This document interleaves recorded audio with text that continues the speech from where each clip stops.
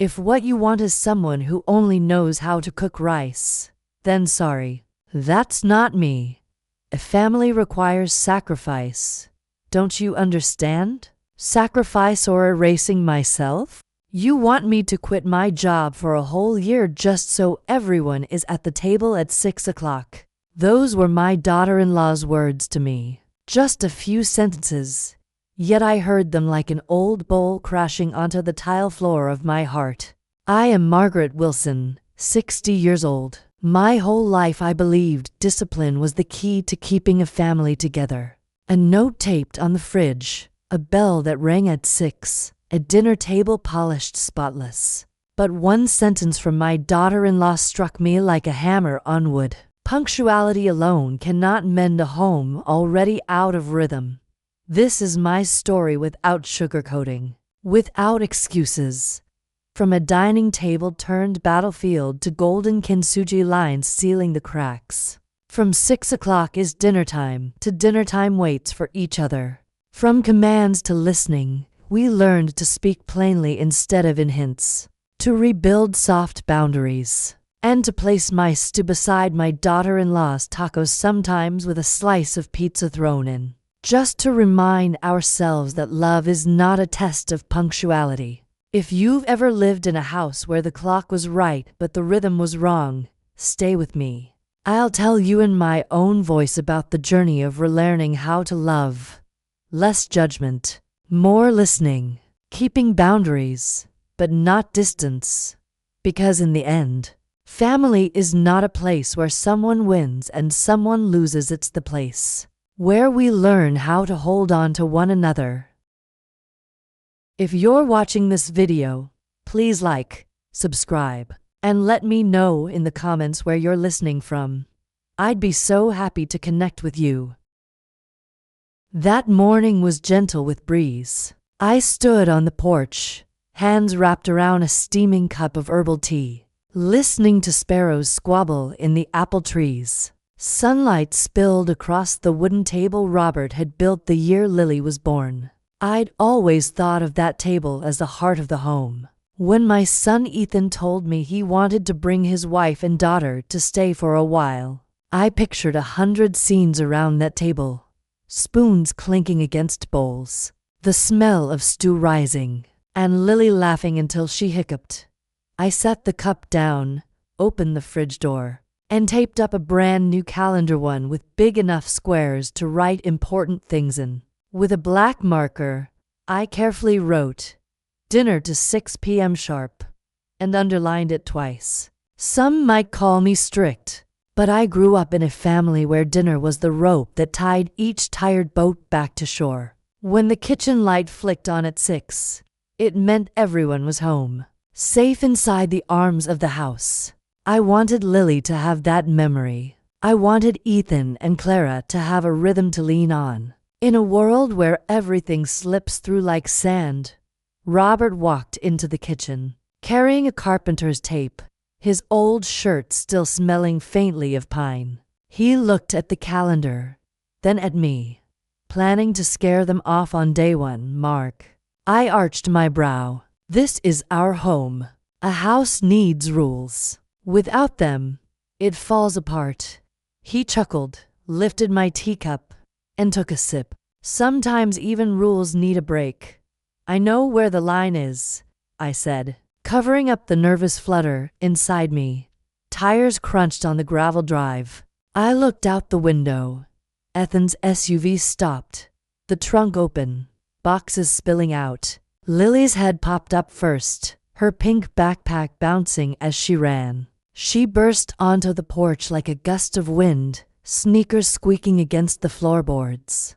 "Grandma." I bent down, her fruity shampoo filling my face as I hugged her tight. "Oh, Lily, it's been too long since I've heard that word." She frowned. "I was scared of the new house last night, but today I'm not. Because you're here."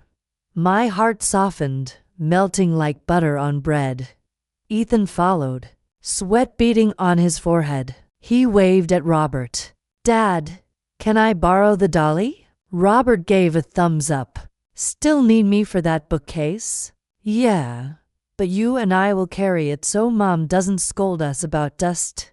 I shot a look. I only remind people to clean, not scold. Ethan grinned, the same way he used to when he broke a ruler as a boy. I know. If Mom doesn't remind, it's not Mom. Clara came in last, no longer the girl, but a woman. White blouse loose, pale blue jeans, hair pinned up. She looked tired, but her eyes were bright. "Hi, Mom," she said, giving me a quick hug. A hint of perfume I couldn't name lingered. I returned the hug just enough, then let go. "It's good you're here. It's only temporary, but we need order so we don't trip over each other." She nodded, not yet knowing what my order meant. I pointed to the calendar on the fridge. "This is the first thing," Clara read aloud. "Dinner, 6 p.m. sharp." She glanced at Ethan. "I'll try," she said. "But my job doesn't always run on schedule." "Dinner does," I replied. "In this house, 6 o'clock means dinner. If you're late, you go without." The kitchen dropped a beat. Robert shifted, raising his teacup to break the silence. Ethan forced a smile. "Maybe treat 6 o'clock as the goal. Flexible? I promise we won't abuse it. Too much flexibility, and it's no longer a rule," I answered quickly. Then, softening, I added, "I just don't want anyone left waiting, stomach rolling, rushing through a meal. Dinner is the time to ask, 'How was your day?'" Clara pressed her lips together. In her eyes flickered a question. Was I setting a schedule or building a fence? I noticed and did what I always do, smoothed the tablecloth flat. That afternoon, Ethan and Robert worked in the garage while Clara came to the kitchen for water. Her gaze lingered on the dining table, where sunlight pooled brightest. "Mom, this spot is so bright," she said, resting her hand on the wood. "If I sit here a few hours in the morning to work, would that be okay?" I heard the words work and dining table in the same breath. Papers scattered, cords tangled. Dinner starting with cleanup flashed through my mind. "A dining table is a dining table, Clara," I said calmly. "It should stay clean, not cluttered with papers." She tilted her head, polite but firm. "But it's the brightest spot. I'll only use it a few hours. I clean up fast. A few hours every day becomes all day," I replied.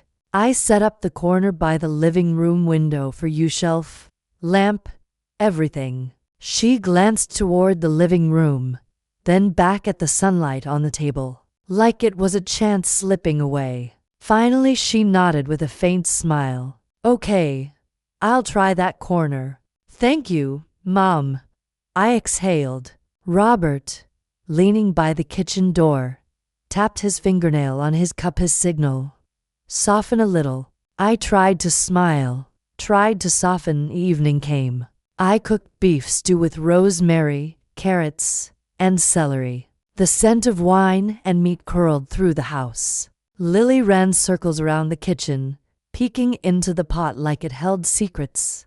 "Grandma, is there pizza?" she asked, eyes sparkling. "Tonight we're having stew."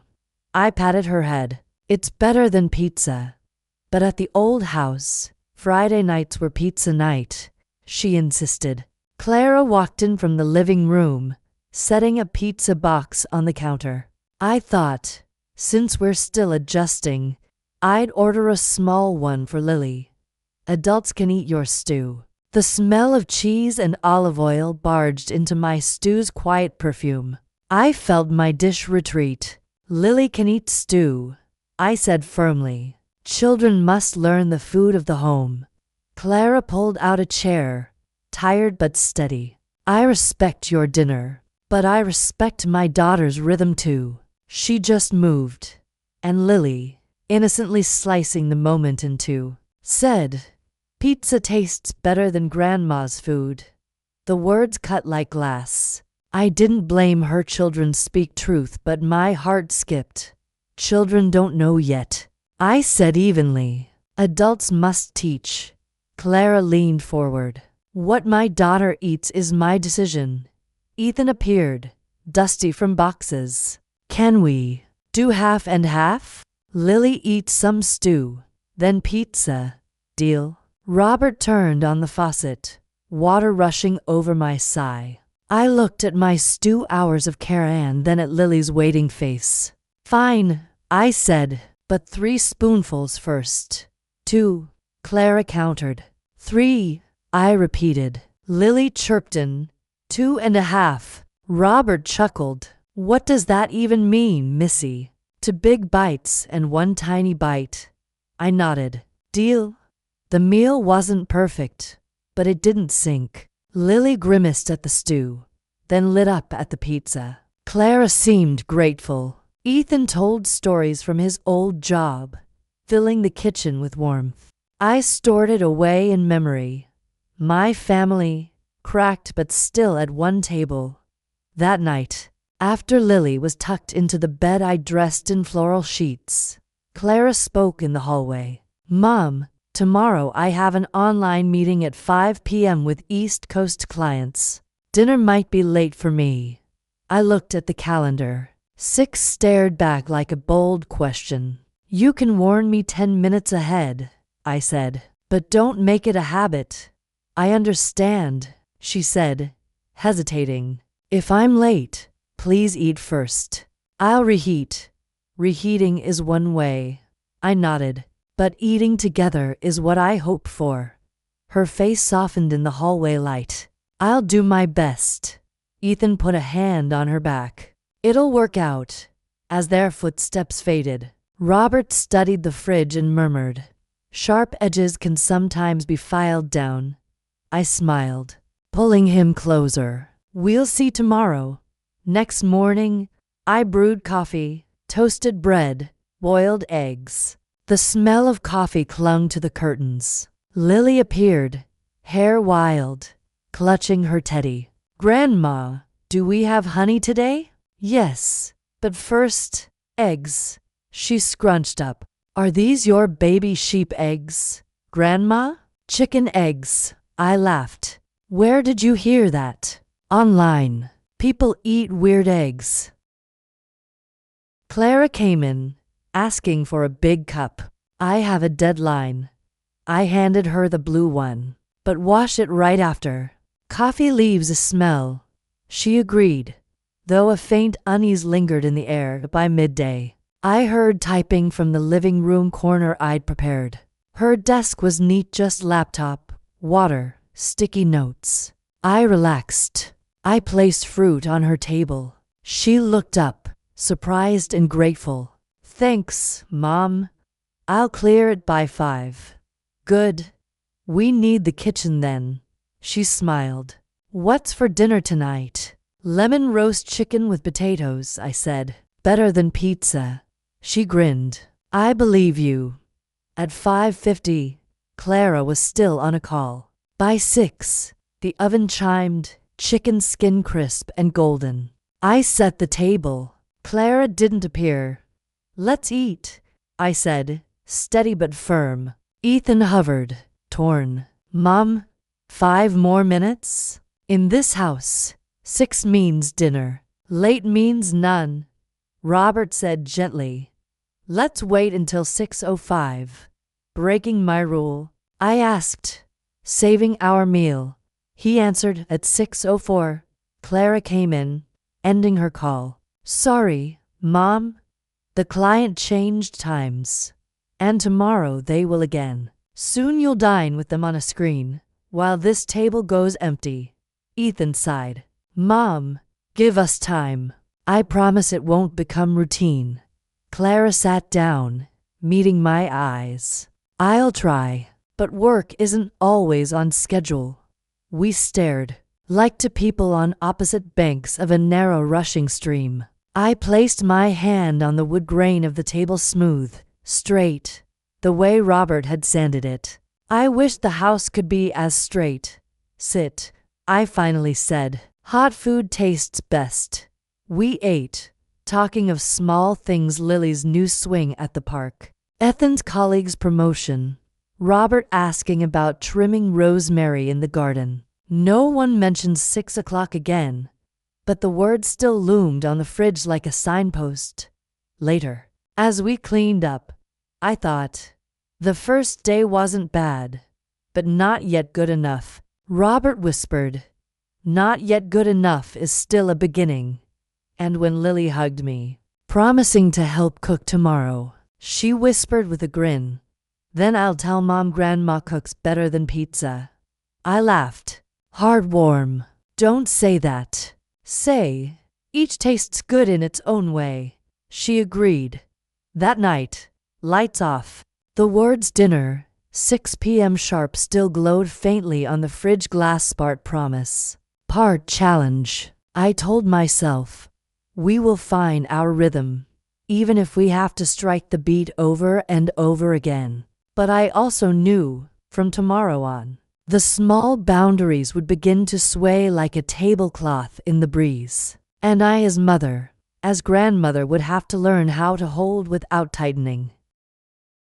The next morning, I woke earlier than usual. When I opened the kitchen window, the cold air rushed in, carrying the smell of damp grass and the faint hum of distant traffic. I brewed a fresh pot of tea and set it on the dining table, the wooden table that had been the center of this home for so many years. I wiped its surface again and again, each corner, then stood still, gazing at it. To me, the dining table was never just a place for bowls and plates. It held memories. Here, Ethan once did his homework in elementary school, sometimes falling asleep over his books. Here, Robert once spread out his blueprints, calculating the cuts for his very first cabinet. To me, the table was sacred ground, never to be cluttered with trivial things. But soon, I heard the click-clack of keys. When I turned, Clara was sitting right in the middle of the table, laptop open, papers spread out, highlighters scattered, and a steaming cup of coffee beside her. Light from the window fell across her face, and for a fleeting moment, the scene looked like a magazine photo, a modern woman working from home, brimming with energy. Except, it was my dining table. I froze at the kitchen doorway, my throat tight. Clara didn't look up, fingers flying over the keys, biting her lip now and then. A sheet of paper slid to the floor. She bent quickly to pick it up. The chair creaked. I inhaled deeply, then walked forward. Clara, I said, keeping my voice calm. What are you doing here? She looked up, smiled lightly. I've got a proposal due for a client. This is the brightest spot in the house. Just a few hours. I'll clean up right away. I set the teapot on the table with a deliberate clink. The dining table must stay clear. This is where the family eats, not an office. Clara paused, then kept her composure. I know, Mom, but if I just use it for a few hours, what's the harm? I cleaned quickly. I looked at the papers, the phone charger trailing across the floor, the laptop glowing. To me, a few hours usually meant soon a habit. A few hours every day becomes all day. I said firmly, I prepared a corner in the living room for you, your own desk, lamp, everything. Why not use it? Clara straightened her back, her eyes sharpening. Because that corner is dark, cramped. I need natural light. My work requires brightness. The word requires felt like a challenge. Before I could answer, Ethan came downstairs, buttoning his shirt. Seeing the scene, his expression tightened. What's going on here? I pointed at the table. Look, it's only day 2, and the dining table has turned into an office.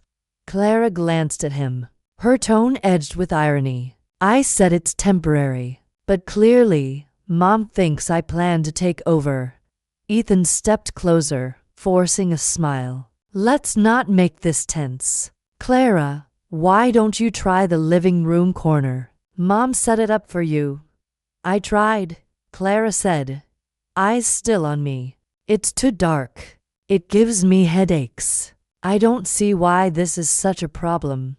I shot back immediately. The problem isn't light or dark. The problem is meaning. The dining table is where we set work aside and give ourselves to family. If it becomes a workspace, that boundary disappears. The air thickened. Ethan rubbed his neck, sighed. Okay. Let's talk later. Don't start the morning with stress. Clara lowered her eyes, silent. She typed a few more keys, then closed the laptop, picked it up along with her coffee, and walked to the living room. The wooden chair trembled faintly after she left it.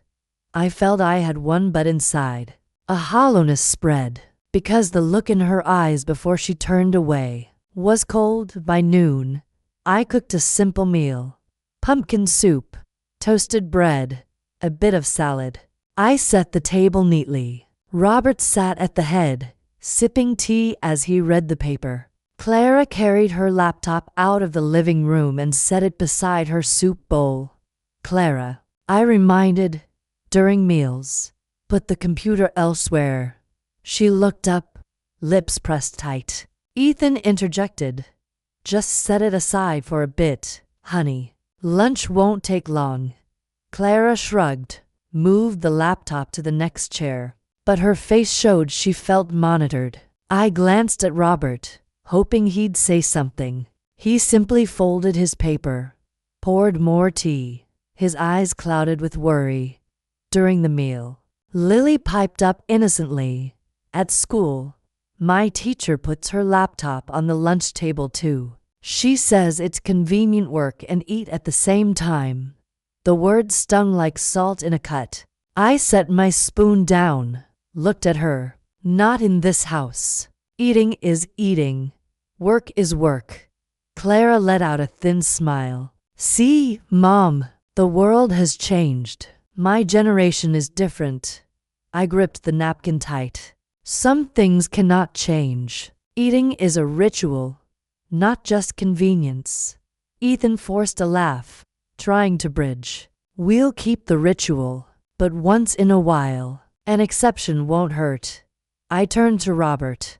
He lifted his cup, gaze far away. He said nothing, but I knew he was worried. Worried about a boundary already bending. Later that afternoon, I sat on the sofa, watching sunlight spill gold across the floor. In the kitchen, Clara spread papers again, this time on a small side table near the window. Not the dining table. Still, the clatter of keys echoed through the house, and I felt myself losing ground in my own home.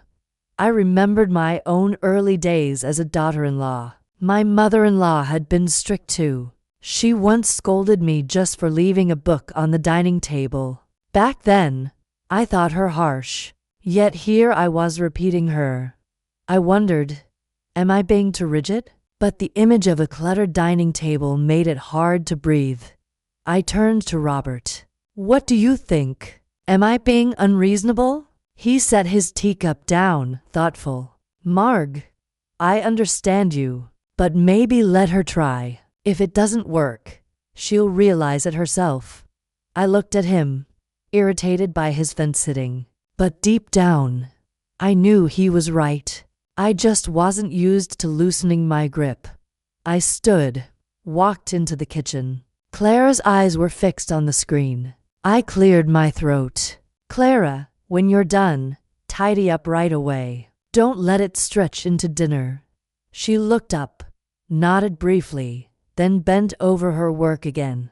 I walked out, feeling the invisible distance between us widening. A gap not easily bridged even by a table. Robert sat quietly, lifting his teacup once more, his eyes filled with worry. I still remember that evening clearly. A night without rain, without wine, the sky a deep violet, like a tablecloth just laid out. So calm I thought nothing could happen. But families are never calm for too long.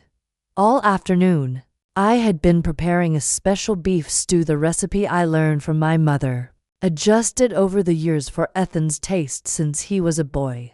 Beef simmered with carrots, potatoes, celery, a splash of red wine to lift the flavor. I wanted this meal to be just right, a ritual, a reminder that here, in this house, tradition still lived. As I was tasting the broth, Lily ran into the kitchen, doll box in hand. She stood on tiptoe, peering into the pot, eyes shining.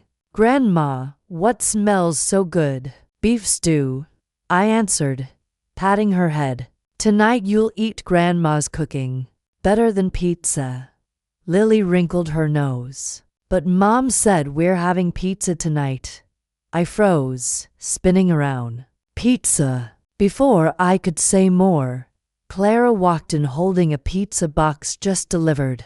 The smell of melted cheese and dough filled the kitchen, smothering the scent of my simmering stew. "Mom, I thought since Lily isn't used to the new house yet, let's let her have pizza so she feels comfortable. The rest of us can eat your stew." I stared at that round box, feeling something snap inside me. I had spent the afternoon carefully choosing ingredients, cutting each carrot slice, tasting every spoonful of broth, and with one phone call, all of it was buried under melted cheese. I spoke firmly. "No, Lily can eat stew. Children must learn to eat home-cooked meals. We cannot let pizza take over dinner." Clara set the box on the counter and sighed. "I'm not trying to take over. I just want her to feel happy. She just moved, Mom. You understand?" I wanted to understand. I truly did. But I also wanted to protect this table, this tradition. I shook my head, trying to keep calm. "Clara, dinner isn't just about being full. It's about teaching our children to respect tradition."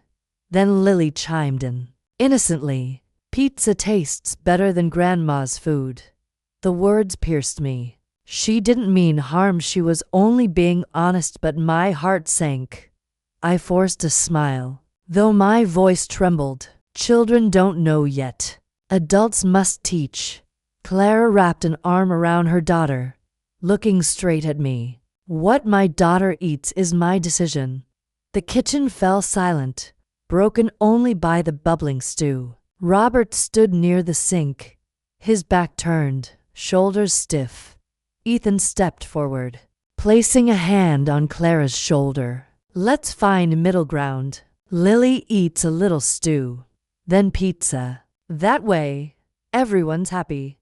"That's unfair," I said, staring at my son. "She'll get used to choosing the easy way, forgetting the value of homemade meals."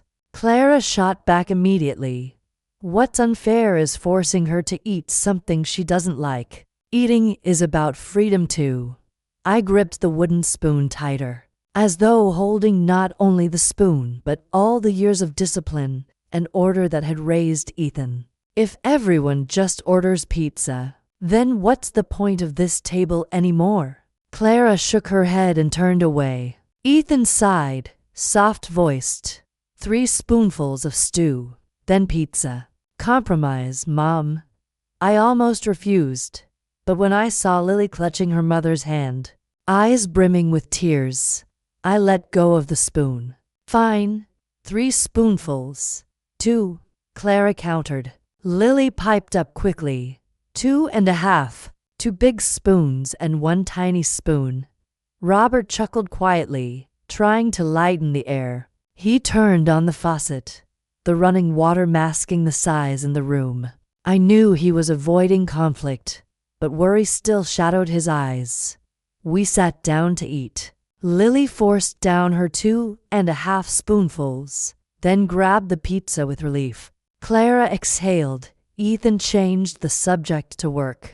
I managed a smile, though the sting inside me lingered. Dinner passed, but it felt as though a fine crack had appeared in the porcelain heirloom bowl of our family. Small for now, but if we weren't careful, one day it would shatter. That night, as I cleared the dishes, Robert quietly washed them. He said nothing, letting the sound of water drown everything else. I stood beside him with the towel, and in that steady noise, I could hear my own sigh more clearly than ever. That morning the sky was clear, and the damp smell of watered grass still lingered in the yard. I carried a rug out to the porch, gave it a few light shakes, and hung it over the railing. In the kitchen, the kettle whistled. Inside me, another sound stirred, the restless echoes of last night pizza, stew. 2.5 spoonfuls. Clara's eyes all thickened into a heavy knot in my chest. Robert carried his toolbox to the garage, saying he'd fix a sagging cabinet door. Won't take long, he said lightly, as if finding an excuse to escape the low-pressure zone hanging over the house. Fair enough, who would want to linger near a woman like me, brewing storms out of spoons and tables? I brewed herbal tea, poured to cups, one for me, one I intended for Clara, leaving it on the dining table. But Clara was tucked into her corner in the living room, headphones on, slides glowing on her laptop screen. Lily sat with her colored pencils, drawing giant pizzas beside a steaming pot labeled stew missing the U. I smiled, then felt a tug at my heart, a tug of conflict. I loved the child, and I loved the around 10, Mrs. Caldwell, our neighbor on the right, who could hear everything from "it might rain" to whose cat gave birth to how many kittens, came by with a basket of apples. Her tree had been heavy with fruit. Mrs. Caldwell was the sort of person who tried to be kind to everyone, and just as hard tried to know everyone's business. I usually avoided talking much with her, but today, for some reason, I invited her to sit on the porch. Maybe I wanted an ear, or maybe I wanted a witness to confirm I wasn't crazy. "Margaret, I hear your son and his wife moved back in? Must be lively in the house," she began, her voice balanced between sympathy and curiosity. I poured tea, hiding a sigh. "Lively, yes, but young people these days, they're different from us." She narrowed her eyes, inviting me to go on. I hadn't planned to. Truly, I hadn't. But the steam rose warm, fragrant, and some hidden valve inside me opened. My daughter-in-law works in marketing, glued to her screen all day. She likes to sit at the dining table kept spotless, like an altar to do her work. I told her to use the living room corner, but she complains it's too dark. I tell her to clear things away. She says yes, yes, then leaves it messy. And the child, she listens to her mother. Last night, I cooked a proper stew. Clara ordered pizza. Little Lily even said. I paused, the sting still fresh. She said pizza tastes better than my food. "Oh my," Mrs. Caldwell clucked, her eyes lighting as though she'd spotted a shard of glass. Children are like that these days. But it's the mother's fault, really. Careless, doesn't know how to raise her. I hadn't meant to nod. But the nod came quicker than thought. And then, as if slipping on ice, I said what I'd been thinking all night. Yes, Clara is careless. No sense of discipline, no respect for meals. Letting the child say such a thing, it's because she doesn't know how to teach her. As the words left me, a breeze lifted the rug on the railing. At the gate came a soft click. I turned and my heart sank. Clara was standing there, arms full of grocery bags. She must have come through the side path. And she had heard enough. Her eyes weren't wet, only cold. "Excuse me." Mrs. Caldwell leapt up as if from a leaking boat. She pressed the basket of apples into my hands, stammering, "I'll just stop by later. Goodbye now." She vanished like a startled bird. It was only Clara and me now. The porch felt suddenly as narrow as the neck of a bottle. Clara looked straight at me, direct, No detours. If you have something to say it to me. Why say it to the whole neighborhood? The jolt in me was sharp, like porcelain dropped and cracked. I just slipped. I managed, hoping my words would soften in the air. But they didn't. They fell like stones. Slipped. Clara laughed, a humorless laugh. You know exactly who Mrs. Caldwell is. People slip to walls, not to the loudspeaker of the neighborhood. My face burned. I wanted to say, I only worry. I only want what's best for Lily. I only want to keep the family's order. Old excuses so worn they were tired of carrying meaning. But another truth drummed in me. You're repeating your own mother-in-law.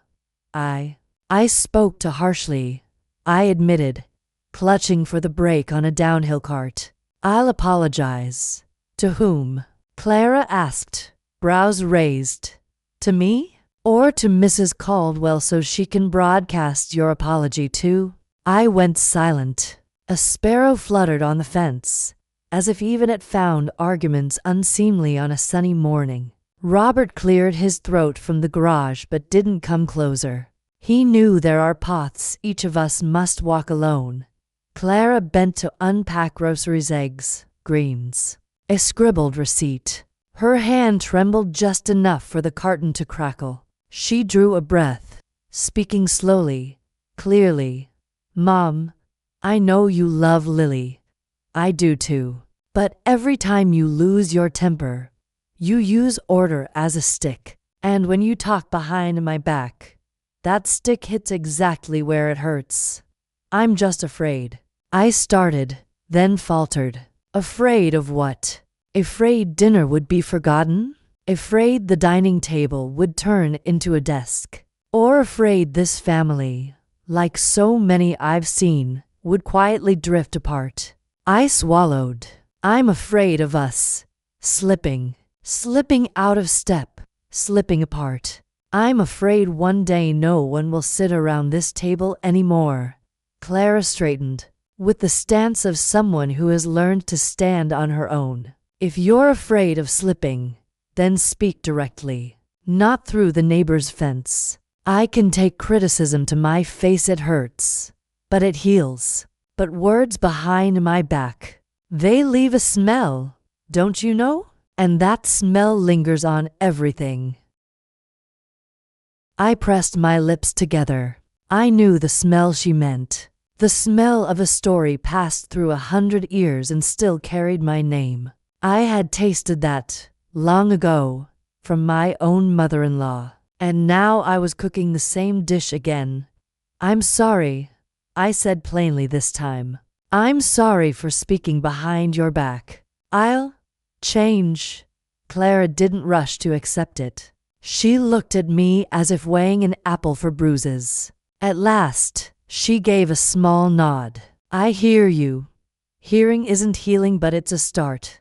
Even kintsugi needs time for the gold to set. We stood in silence a moment, the wind chime rattling softly. Lily ran out, clutching her teddy bear. She spotted the basket of apples. Wow, so many apples. Who gave us these? Mrs. Caldwell, I said, arranging my face back into order. She'll stop by later. Can I give one to Mom? Lily asked, her eyes bright. I saw her sigh in the kitchen. Clara flinched slightly. She set the eggs down, about to head inside. But she paused, turned to me. I won't use the dining table for work anymore, at least not during meals. Outside meal hours. If I sit there, I'll clean up right after. And if I slip, remind me right there. Not across the neighborhood. I nodded, the taste a little sour in my mouth. A small compromise, but one that propped the house back up. All right, I said hoarsely. I'll remind you to your face. She went inside. I stayed on the porch, fingers brushing an apple's brown spot. I thought of the heirloom porcelain bowl, its hairline cracks only visible when tilted to the light. They came from small accidents, unintentional, piling up, not on purpose, but enough to map a network of fractures. That afternoon, I baked apple crepes, thin slices sautéed with butter, cinnamon, and brown sugar, the scent drifting through the house like a fragile thread to tie us together. Clara set the dishes. Ethan laid out forks and knives. Lily sprinkled powdered sugar on top. The sugar fell like snow, and I prayed it might also blanket our rough edges. When I set down the third plate, my phone rang. Dorothy, my best friend. Yes, it's me. Her voice was warm. Caldwell texted. Said there's drama at your place. Are you all right? I frowned. So fast. I glanced at Clara, bent over the cutlery. I stepped out the back door, covering the phone with my hand. There's no drama, just a misunderstanding. I spoke carelessly. Then speak again, properly. Dorothy chuckled, softening the sting. You know Caldwell. If you don't want the neighborhood version, publish your own. I hung up, took a deep breath, and returned. Lunch was ready. Robert poured tea at the head of the table. All right, let's eat. We ate. The crepes were soft, the apples tart, the cinnamon fragrant. Lily declared them as good as the bakery. Clara smiled faintly. I told an old story about Ethan's second-grade essay. My family dinner. He described the smell of soup.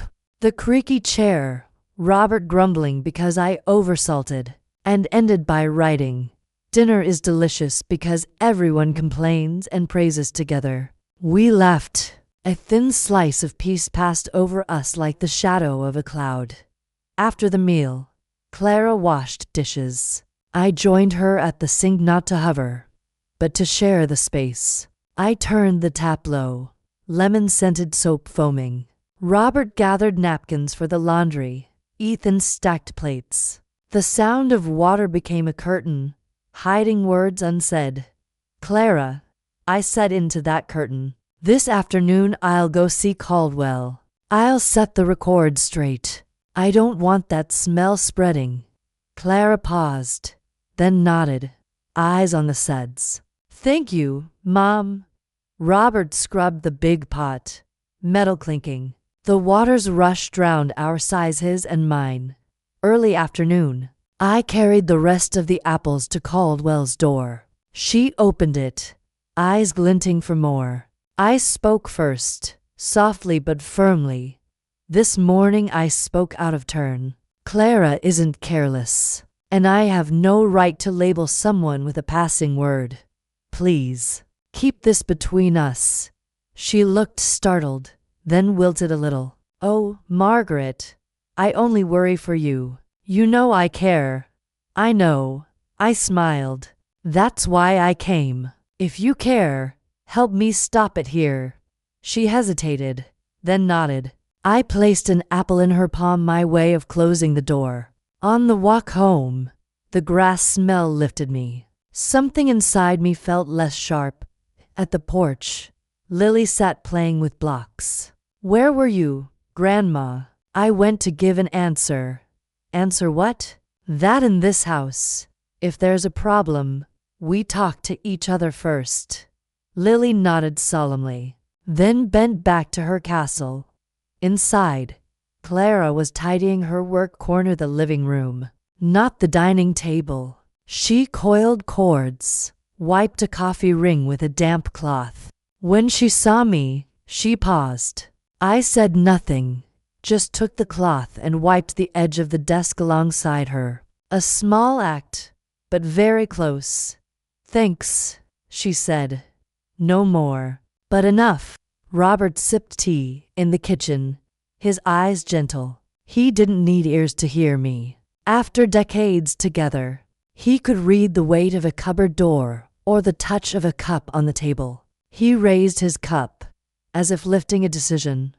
Walk softly, let cracks make space for gold. Later, Clara left to pick up props for a shoot. She asked Lily if she wanted to come.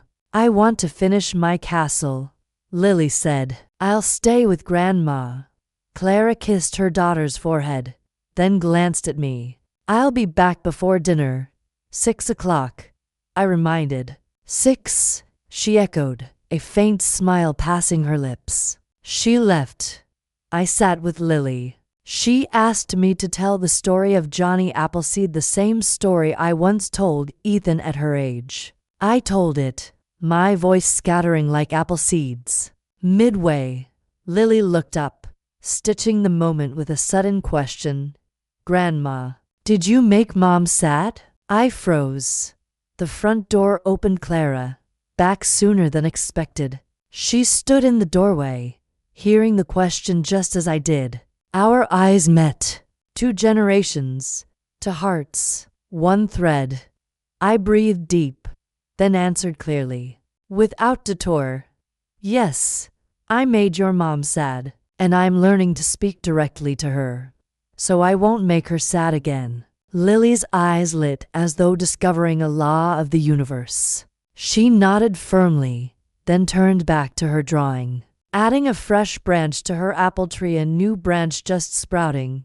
Clara set her bag down, came to sit beside Lily. She touched my hand for a fleeting moment, so brief it could have been missed.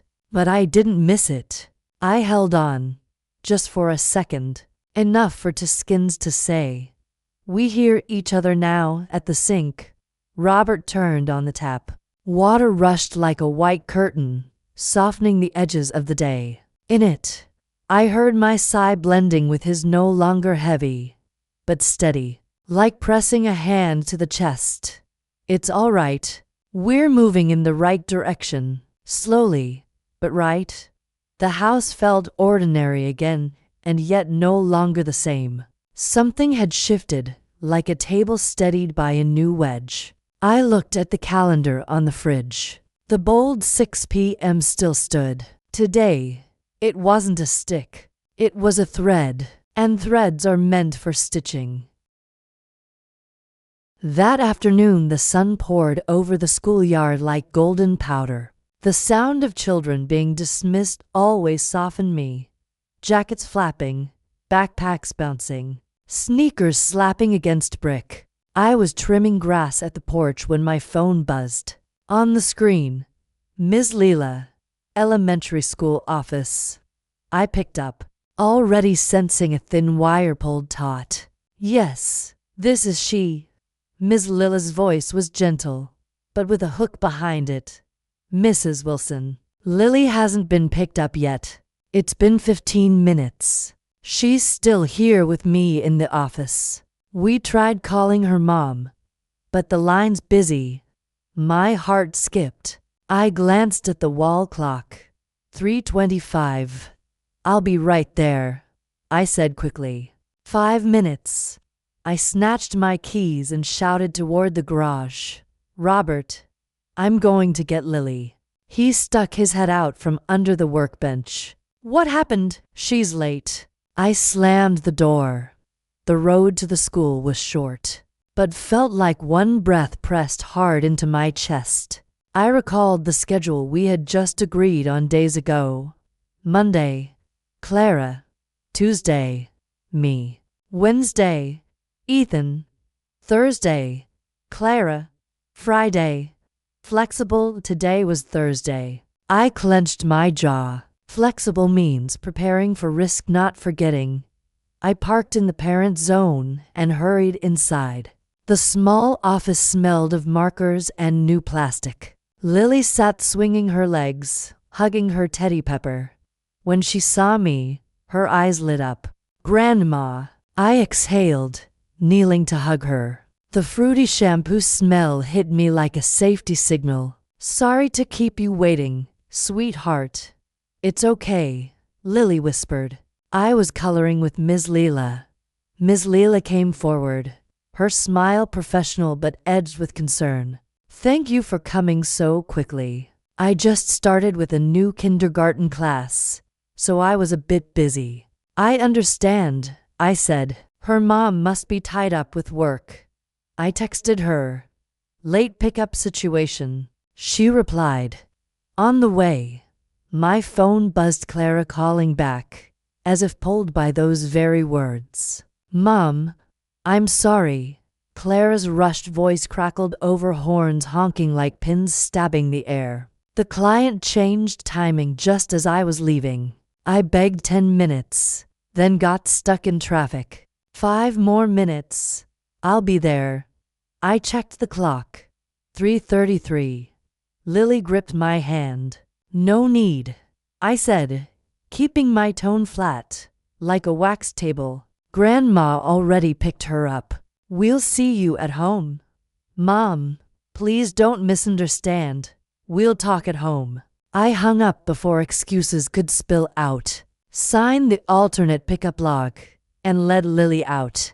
On the drive, she chatted about Emma spilling crayons on her skirt, and the teacher laughing that it looked like a rainbow. She didn't know that every word I heard felt as heavy as nails. Back home, I poured Lily water and set down a box of oatmeal cookies I'd baked the night before. She munched happily, crumbs on her lips. I slipped off my shoes, my chest still wound like rope. Children cannot be forgotten. The sentence pounded in me, not like a proverb but like a palm slammed on a table. The door opened. Clara entered, hair a little mussed, eyes carrying the rush of the city. She dropped her bag, stepped forward. Mom, I'm sorry. I cut her off. If I waited, I'd soften. But my heart then was a block of wood. Children cannot be forgotten, I said, each word a nailed plank. 15 minutes for an adult is just one long song. For a child, it's the world tipping. Clara bit her lip, steadying herself. I didn't forget. I was working to provide for her. I called the school. I said I was on my way. On the way isn't here, I replied. Not here means late. Lily's eyes darted between us, like watching a ball tossed while she was the ball. She set her cookie down, whispered. I had Ms. Leela. I wasn't scared. I stroked her hair. I know, but I don't want you waiting. Clara drew a deep breath, placing both hands on the dining table, the family's battleground. Mom, the schedule is clear. Today was my responsibility. I tried. There was an accident.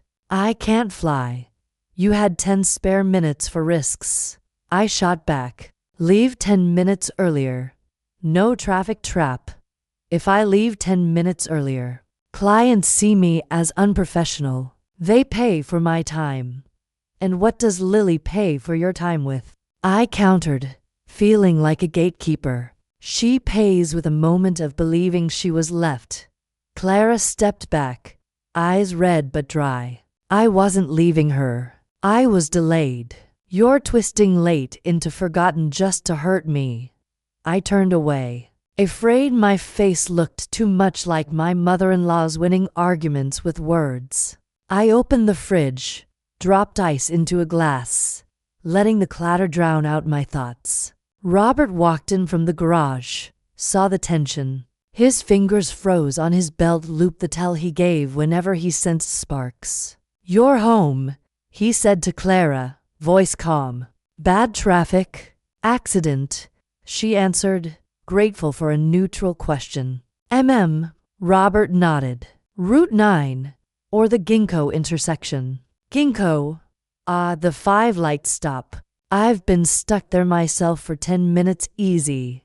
I set the glass down harder than needed, cracking the silence. The issue isn't where the jam was, I said slowly. The issue is who got jammed with the consequence. The air thickened again. Ethan arrived just as the clock struck for 10. He dropped his keys in the tray, scanning us like someone walking into a play without having read the script. What's going on? Lily rushed to him. Daddy. I waited 15 minutes in the office, but I drew a rainbow. He kissed her hair. Good girl. Then looked at us, sensing the storm. Clara spoke first, grabbing the rhythm. I was 15 minutes late. I called. Mom says I forgot her. I added. Because children cannot be forgotten. Clara turned to Ethan, pleading for an ally. Say something. He set Lily down, rubbed her back to keep her busy with a toy. He sighed the sigh of a man pulled both ways. I think we need clarity. What counts as late with reason and what counts as backup system kicking in? I folded my arms. Waiting. Clara nodded. Also waiting. Ethan pulled a small notebook, his paper backup of the Lily Care chat group I'd insisted on. This week there were 3 tight overlaps. We need a buffer. Example, the main pickup parent texts leaving 30 minutes ahead. If not, the backup goes automatically. And who was backup today? I asked. He frowned at the page. Today. Not listed. I thought Thursday. Clara was solid. And because you thought it was solid, it cracked, I said. Clara exhaled, then spoke quietly but firmly. I'll own this. I'll add a buffer. But Mom, don't say forgotten. That word nails me instead of nailing the situation. Her words stopped me. I didn't want my words to be weapons. I looked at Lily lining up toy blocks like a train, whispering, the train's on time. Children learn through images, through our faces. And in her eyes, I saw mine. A mouth set to hard. I lowered my voice. Not surrendering but adjusting. Fine. I take back forgotten. But 15 minutes late is too much for a child. Next time, we activate backup right away. No waiting for on the way. Clara nodded. Agreed. And you, I added, need a Lily bag in your car. Water, snacks, tissues, crayons. If you're stuck, call the school to keep her 10 more minutes. Have them hand her the bag so she doesn't feel empty. Clara blinked, then smiled tiredly. That's a good idea. I'll do it. Robert turned on the faucet, washing his hands, his usual cue that arguments had turned productive. The water's murmur cooled the room. I felt lighter, though a stone still sat in my chest, the unspoken part. Ethan looked at me. Mom, you did well today. Going right away. Thank you. A simple thank you is like a warm cloth on the shoulders. It doesn't erase the ache, but reminds you you're not alone. My eyes softened. That's what grandmothers are for. Clara glanced at me, maybe wanting to say thanks too, but her throat caught. Instead, she hugged Lily, whispering, I'm sorry you had to wait. Next time, I'll leave earlier. It's okay. Lily snuggled in. I drew a rainbow.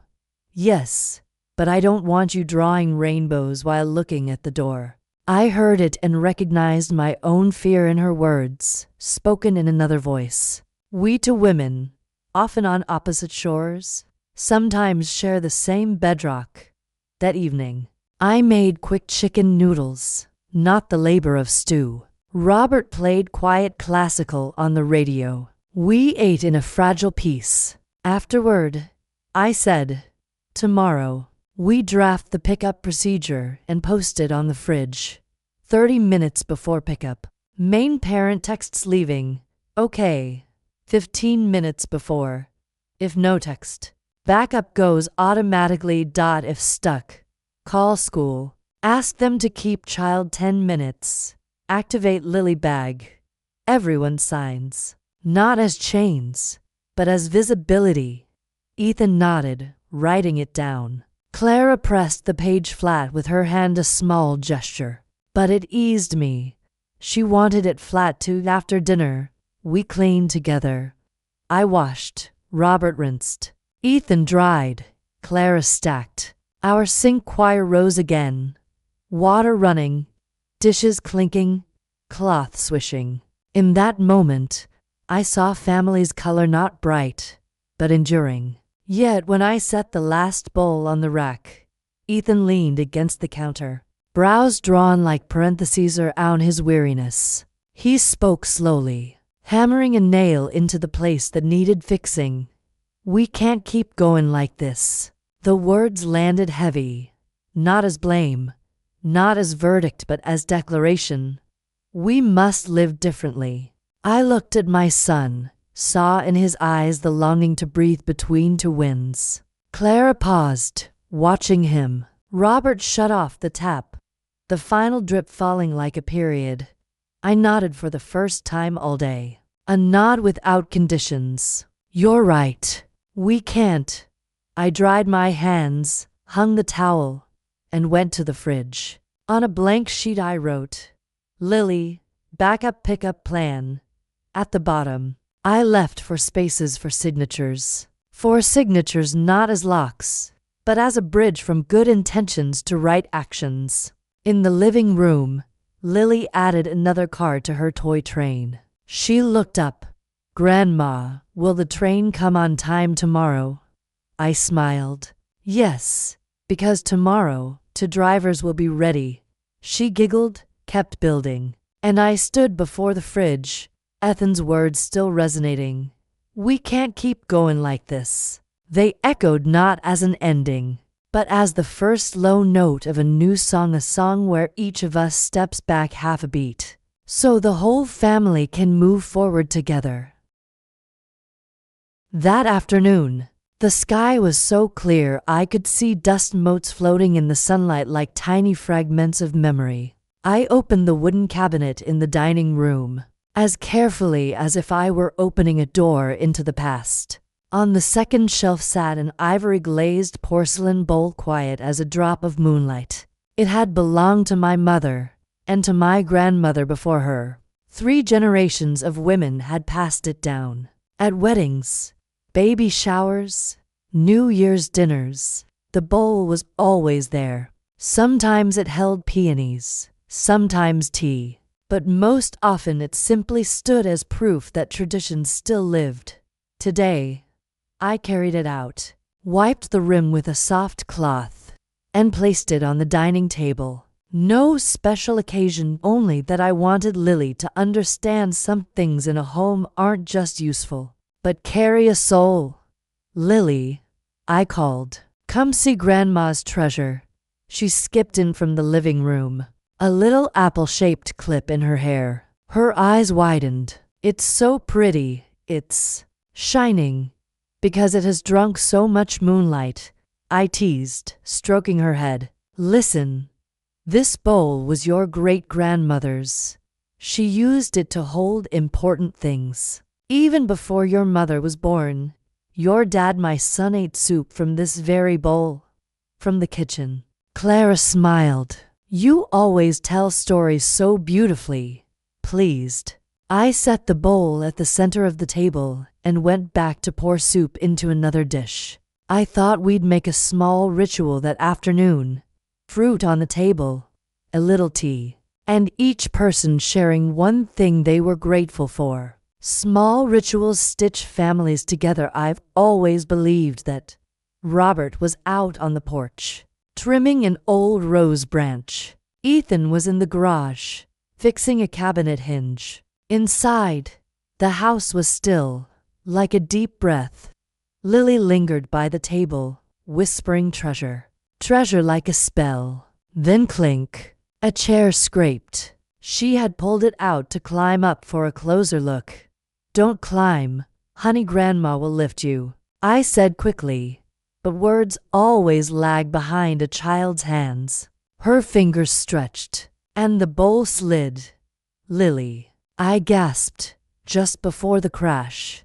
The porcelain shattered into 4 large pieces, scattering shards like salt across the wooden table. A pale scar marked the wood. Lily froze, eyes filling in that moment. I wasn't a 60-year-old woman who had learned patience. I was a child again, breaking my mother's cup, bracing for thunder. My throat cracked open. Lily. She trembled, tears falling fast. Clara rushed forward and held her. It's okay. It's okay. Mommy's here. It's okay. Those words pierced my ears like needles. I looked at the broken porcelain and felt my own skin tearing. Okay. Do you realize what this is? This is an heirloom. Some things cannot be mended. Clara's arms tightened around Lily. Her voice was calm, but firm. I'm sorry. I'm so sorry. We'll fix it. Fix it? With tape. I snapped, laughing a dry, brittle laugh. Tradition is not a toy you glue back together. Clara drew in a breath. With kintsugi, mending with gold. The Japanese repair pottery with gold to honor the cracks. I stared at her, our gazes locking like two blades. My grandmother didn't mend with gold. My mother didn't either. The cracks were judgment, a reminder we hadn't been careful. Gold only turns mistakes into jewelry. Clara's eyes sharpened, her voice steady. I'm not trying to make jewelry. I want to make memory. A mistake remembered is better than a mistake denied. Lily hiccuped, whispering, I'm sorry. Grandma, I didn't mean to. That tiny voice softened a string inside me. I reached out and stroked her hair, fragile as a bird's wing. I know, sweetheart, but I looked at the shards. Some things, once broken, can't pretend to be untouched. Clara wiped Lily's tears, then met my eyes. Kintsugi doesn't erase the cracks. It highlights them. It says, this piece went through an accident and is still worth keeping. I fell silent. Part of me wanted to say, what's worth keeping is discipline, not mistakes. But another voice, Dorothy's, echoed, if something must break, let it teach you. Robert stood at the doorway, holding a rag, his face heavy as stone. He knelt and lifted the larger pieces with care. Don't touch them barehanded, I said gently. They're sharp. He nodded. Ethan rushed in, froze, then fetched gloves. Soon all of us were bent around the empty space where the bowl had been. I swept the smaller shards with a soft brush. They rattle like sand in the rain. Clara used a handheld vacuum on low. When the dust was gone, only the 4 large fragments remained. Mom, Clara said softly, let me send it out. There's a studio in the city that does kintsugi. They'll keep the cracks intact. It'll take a few weeks. A few weeks, I repeated. That means the bowl will be gone. She nodded. And then it will come back, with gold veins telling today's story. Lily will look at it and remember. I broke it. I apologized, and we mended it together. Lily tilted her head. With gold, like a princess? Clara smiled, touching her shoulder. Not princess gold, lesson gold. I exhaled. Tradition in me wanted the original color. But maybe gold wasn't vanity, maybe it was honesty. Maybe it was how families admit. We failed, but together. All right, I said finally. Send it. But first, let me take a picture. I want to remember what it was before. Clara agreed. She cradled the shards like a newborn while Ethan packed foam and Robert sealed the box. When it was done, I snapped a photo of the empty table space. I didn't know why, perhaps to remind myself not to rewrite this moment later as victory, but to keep the sting of the fall. Grandma, are you mad at me? Lily asked. I pulled her onto my lap, breathing in her apple-scented hair. I'm mad at the accident, but I love you more than I'm mad. I won't climb chairs again, she promised solemnly. Good. And you'll help me tell the story of the bowl when it comes home. Clara's shoulders softened. She whispered, Thank you, Mom. I nodded, then rose to boil water. Robert carefully gathered the cloth with the last specks of porcelain, as if scooping up time itself. That evening, I placed a small vase on the table in its absence. Its ivory shade mimicked the bowl's color. We ate a simple dinner. Lily colored in her notebook, drawing a bowl with golden cracks labeled Super Bowl. We didn't speak of the crash, but I heard it echo under each spoonful. Later, outside on the porch, Clara stood beside me. After a long silence, she said, "What if we made a ritual? Whenever something breaks, instead of scolding, we keep 1 minute of silence. Then the person who broke it shares a lesson. We write it in a book of cracks." I chuckled. A book of cracks. To remind us this house has cracks and is still ours. I looked at her. There was no defiance now, only weariness and a wish to mend. I stepped half a pace closer. Sometimes half a pace is a whole bridge. "When the bowl returns," I said, "we'll make stew and tell its story." She smiled. "And pizza for Lily dessert." Pizza as dessert. That's odd. She laughed softly. "Then call it Clara-style dessert." I shook my head, but warmth spread in me like honey. Later that night, I wrote a note and slipped it into the empty cabinet shelf. On its way back, not just for the bowl. For us. Robert sat quietly, rubbing his knee, staring at the shards we'd bagged. He finally said, his voice dropping like a pebble in a deep well, "Gold is heavy." I understood. Gold would make the bowl heavier in the hand, in the story, in the duty to keep it.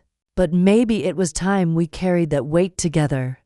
I set my hand on his shoulder. He looked up, and our eyes met in agreement. We would hold the heavier bowl together. Lily padded over, sleepy, hugging me from behind. "Grandma, when will the bowl come back? When the cracks have learned to stand together," I whispered, stroking her hair. "And when we've learned to wait." She nodded like she understood everything. Sometimes children know the shortcuts adults can't see. I turned off the kitchen light. In the dark, I glimpsed Robert stoop to pick up one tiny shard we'd missed, folding it into his handkerchief. His face was grave, as if he carried not only the sound of breaking but also the sigh we hadn't yet let out. The morning began with the low hum of the washing machine and the lemon scent of floor cleaner. I've always liked that smell. It carries the feeling of work completed, as if a few spins of the drum could put the whole house back in order. On the table, I spread a new cloth, its white lace strip running like a quiet brook, filling the empty space where the heirloom bowl used to stand. In the sunlight, a small vase of flowers tried its best to take its place, fresh. Obedient but without history. Robert was already out on the porch, checking a hoe handle. Ethan had left early for work, reminding Lily to bring her rainbow-on-time model to school. Clara sat in the corner of the living room, adjusting a project plan. I poured her a glass of warm water, set it beside her without a word, then went back to the kitchen. I tried to keep the air calm, like a seam freshly stitched that you dare not tug too soon. Lily rummaged through her backpack, hopping in her striped sweater, socks patterned with little apple pies. She bounced like she was stepping across river stones. "Mom, I forgot my gold marker." Clara glanced up and smiled. "Check Pepper the Bear's pocket, remember?" "Oh, right." Lily unzipped the pouch and pulled out the shiny pen. She bent over her rainbow model, drawing to gold streaks. "I want my rainbow to look like kintsugi with golden cracks." The word kintsugi made my chest tighten. Last night, we had agreed to send the broken bowl away for repair. I had said yes, but it felt like swallowing a bitter pill the doctor swears will heal you. You believe it, but you don't love it. "Lily," I called, "finish your apple before you draw any more." "Okay." She scrambled onto the chair and bit into the crisp fruit. For a moment, I felt peace, like the sigh after a heavy rain passes. But peace in a house is often like the surface of a pond, one pebble, and ripples reach the shore. That pebble was a child's innocent mouth. Lily chewed her apple, eyes drifting upward, then suddenly blurted, "Grandma, Did you tell Mom she doesn't know how to raise me? The words struck the morning like glass on tile. My hand froze on the counter. Clara lifted her head slowly, as if moving too quickly would scatter shards already hanging in her eyes. My heart skipped. I knew exactly where the words came from the porch, from Mrs. Caldwell's basket of apples, from my own careless slip. Careless, such a small word when whispered to a neighbor, but magnified 100-fold through a child's voice. Clara set her pen down and looked at Lily, then at me. Mom, did you really say that? My mouth opened, but no sound came. I could have said no, a clean denial, sweeping the dust under the rug. But Lily was staring at me with eyes so clear I could see my veins reflected, and Clara sat frozen, waiting to know if the nail would be hammered into her chest. I was just worried. I stammered, the words jagged. Clara's gaze held steady. Worried turns into, she doesn't know how to raise her child. The washing machine paused between cycles, leaving a silence that roared. I wanted to blame habit, fatigue, decades of strictness. All true, but all cowardly. I drew a slow breath. That day, I spoke out of turn, and, behind your back, I was wrong. Saying I was wrong felt like snapping a dry branch sharp, cracking inside my throat. Lily chewed slower, eyes flicking between us like she was watching letters being laid on a table. Clara pressed her hand to her chest, steadying her heartbeat. I don't need you to be perfect. I need you to be honest. Criticize me to my face, I can take it. But I can't teach Lily about respect if her grandmother is undermining me to the neighbors. I bowed my head. The porch, the apples, Mrs. Caldwell's knowing nod all replayed in black and white. I remembered Clara's tight smile at the gate. I remembered Robert's look afterward, more sorrow than anger. I already went back to Mrs. Caldwell. I murmured. I asked her not to spread it further. But what must really stop, stops here. Clara leaned back, eyes closed a moment. When she opened them, they were rimmed red, but clearer. Thank you for saying I was wrong. Lily lifted her small hand, cutting in with childlike logic. If Grandma said sorry, then you're not sad anymore, right, Mommy? Clara brushed hair from Lily's forehead. I'm less sad. When grown-ups tell the truth, sadness shrinks. I stepped closer, resting a hand on the back of Clara's chair, close enough, but still leaving space. I don't want Lily to ever hear something like that again. If I have a problem with you, I'll say it here face to face, and I'll show it with action. Clara nodded. She started to reply, but her phone buzzed. Avery, photoshoot. She hesitated, then silenced it. I'll call back later. Wanting to protect the fragile calm, I turned to the stove. Sliced apples into hot water, dropped in a stick of cinnamon. Let's have apple tea, I said. Then I'll take Lily to school early today. Clara gave a weary smile. All right. Lily waved her gold marker proudly. Look, my rainbow kintsugi. I sat beside her. The rainbow arched in 7 colors, each stripe crossed by golden seams. Children understand in pictures. I touched the gold line still wet, smudging onto my fingertip.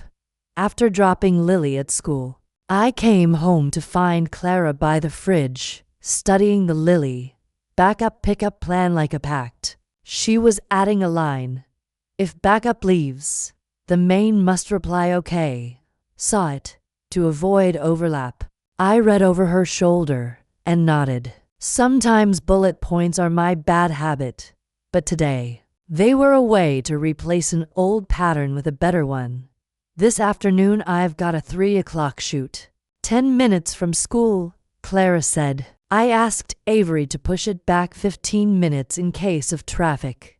And I've built in a buffer for you. If by 2:35 you don't see my leaving now, you go. Fair. I agreed.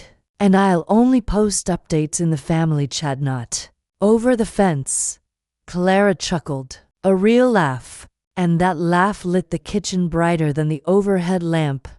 I pulled out flour, butter, sugar, deciding to bake cream puffs.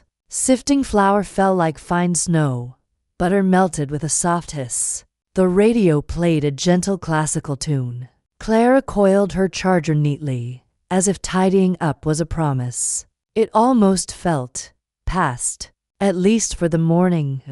But family, if it has saints at all, seems to enjoy testing you right at the seam you just stitched. Her phone chimed again. Clara read the text, her face tightening. Avery wants a quick call now. I'll step out on the porch just 10 minutes. Fine, I said, but only 10.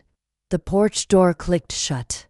I pulled the tray from the oven, steam fogging the glass, custard sweet scent filling the room. I thought about piping cream slowly, evenly. If kintsugi repairs with gold, baking repairs with sweetness still heavy. But the kind of heavy people can carry. The door opened again. Clara stepped in, lips parted as if she'd just left a sentence unfinished. Mom, I need to ask. What exactly did you say to Mrs. Caldwell the other day? I froze, pastry bag hovering midair. That word exactly cut sharp. Gossip must have spread faster than we imagined. If I softened it now, she'd think I was still hiding. I said, Clara's careless. She doesn't know how to raise her child. Each word laid bare. No wind, no apples to blame. Clara closed her eyes, like someone shutting a piano lid. A twitch at her mouth betrayed how deep it landed. When she opened them, her voice was lower, like a heavy door swinging shut. That's enough. I set the pastry bag down, reaching toward her. I already went back. I already said I was wrong in front of you and Lily. If you want me to meet her again, write it on a bulletin board. Whatever. No. What I can do is this. No word leaves this house without first crossing this table. Clara pressed her lips tight. Thank you, Mom. I need to be upstairs for a while. She climbed the stairs quickly. On the landing, Lily's voice chirped her class had ended early. Clara scooped her up, whispered something I couldn't hear. I stood below, hands still dusted with sugar. Then faintly, I caught Clara's voice. Maybe real, maybe imagined. Mom's okay. Grandma and I are learning to speak the truth. But right now, I just need to hold you. The bedroom door slammed. The sound thudded down the staircase like a block of wood. Powdered sugar shook loose, drifting white like snow. I stayed still for a long time. Robert turned on the tap, rinsing the hot pan. The rush of water filled the kitchen, but it couldn't drown out that slam still ringing in my chest. I knew that door hadn't just closed between room and hallway. It had closed between two women. Between worry and doesn't know how to raise. Between me and the shadow of myself decades ago. I unknotted my apron, wiped my hands, and looked at the calendar on the fridge. 6 p.m. was still printed there, same as every day. But maybe before we ever reach some peaceful 6 o'clock, we have another hour to learn. The hour of opening doors, hook ending. Clara cradled Lily, whispered something too soft to catch, then carried her upstairs. The door shut with a heavy thud, sealing the crack like a brick in a wall. Down in the kitchen, I stood motionless, sugar still on my hands, listening as that sound echoed through my chest. That evening, the shadows fell across the porch like someone had drawn a heavy curtain. I stood at the sink, slowly rinsing the cream puff tray left from the morning. The water murmured. Lemon soap drifted in the air. On the fridge door, the paper I had taped up days ago still hung straight. Lily, backup pickup plan. 4 signatures lined up beneath it like nails holding a board in place. Next to it, 6 p.m. Dinner.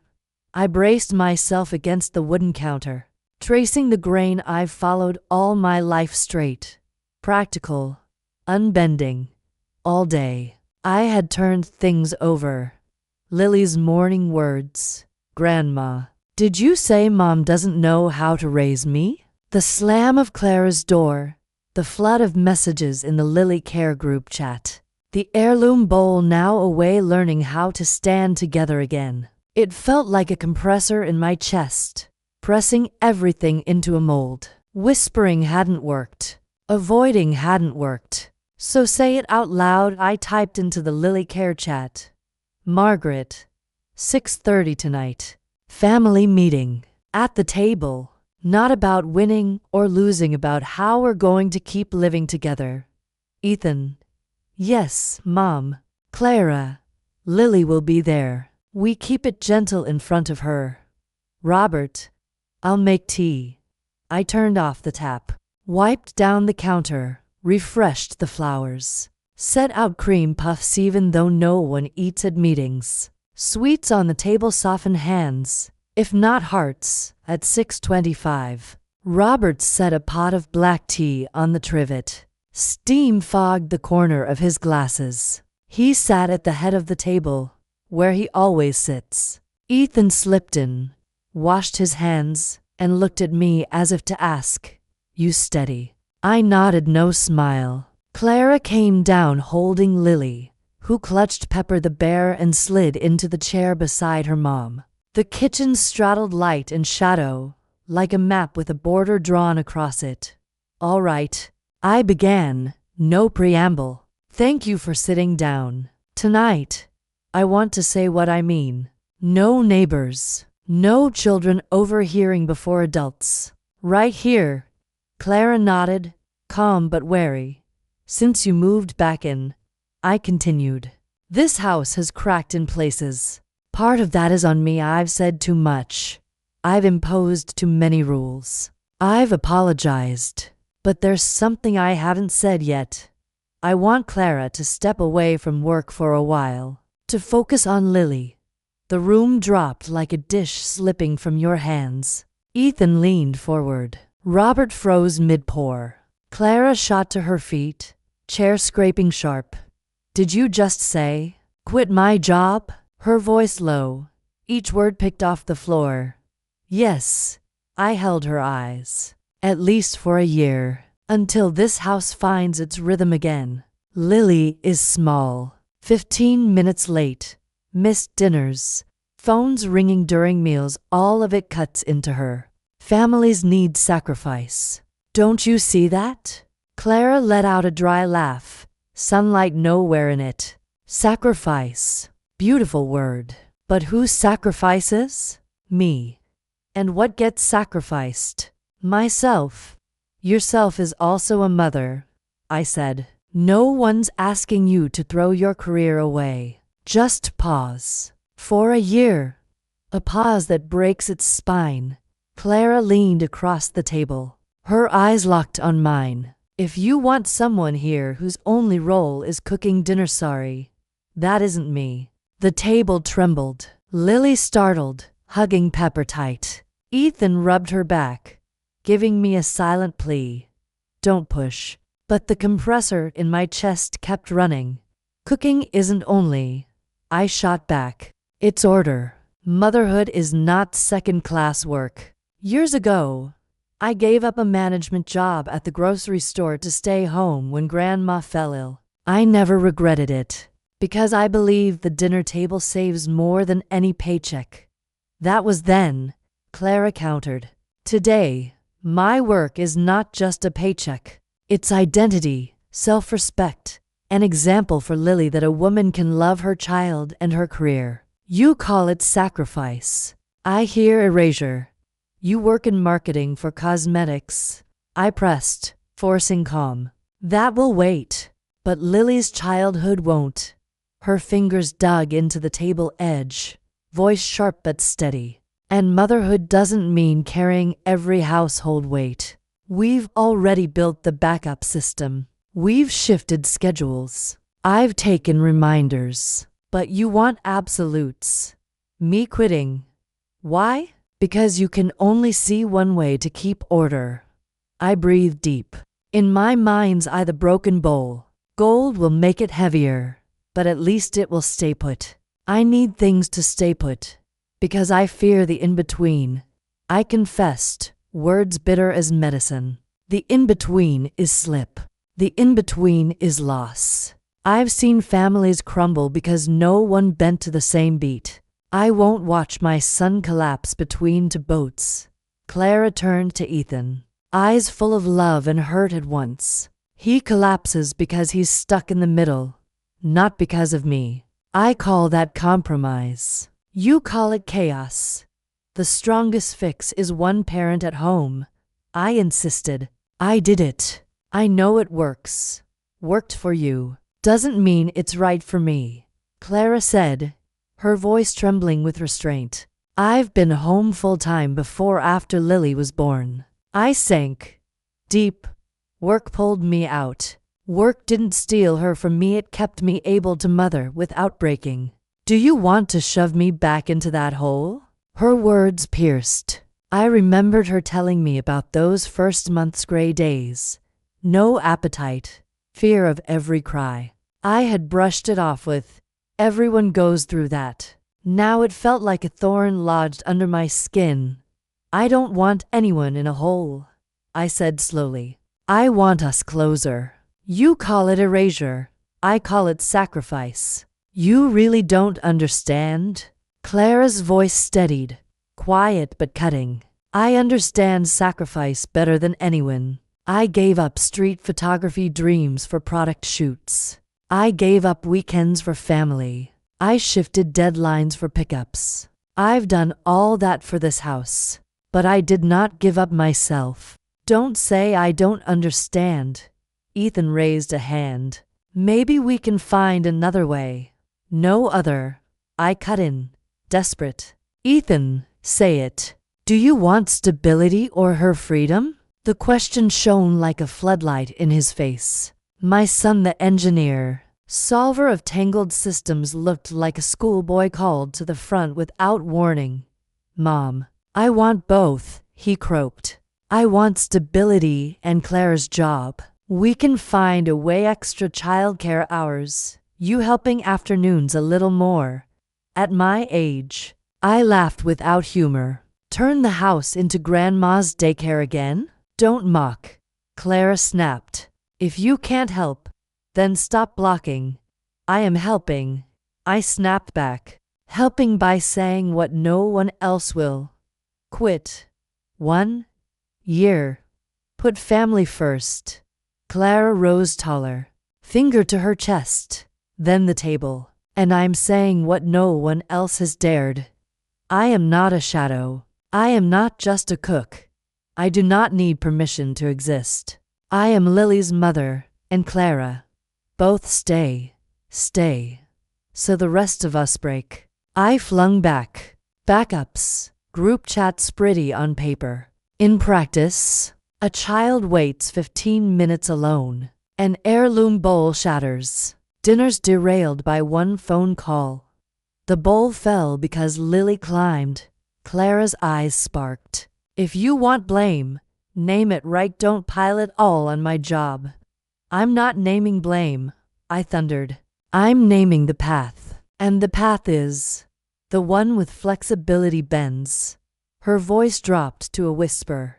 Dead on target. My job is not as flexible as you think. Clients run on their clock. I don't want Lily waiting either. That's why I need the work to keep me steady enough to show up. Ethan dropped his head into his hands, collapsing into silence. Robert, who had listened like carved wood, set tea before each of us. 4 cups, steam curling upward. He raised his own. I rushed to speak first, afraid silence would steal the floor. Ethan, I said firmly, you must choose. Back me for stability, or back your wife for freedom. Clara spun, eyes blazing.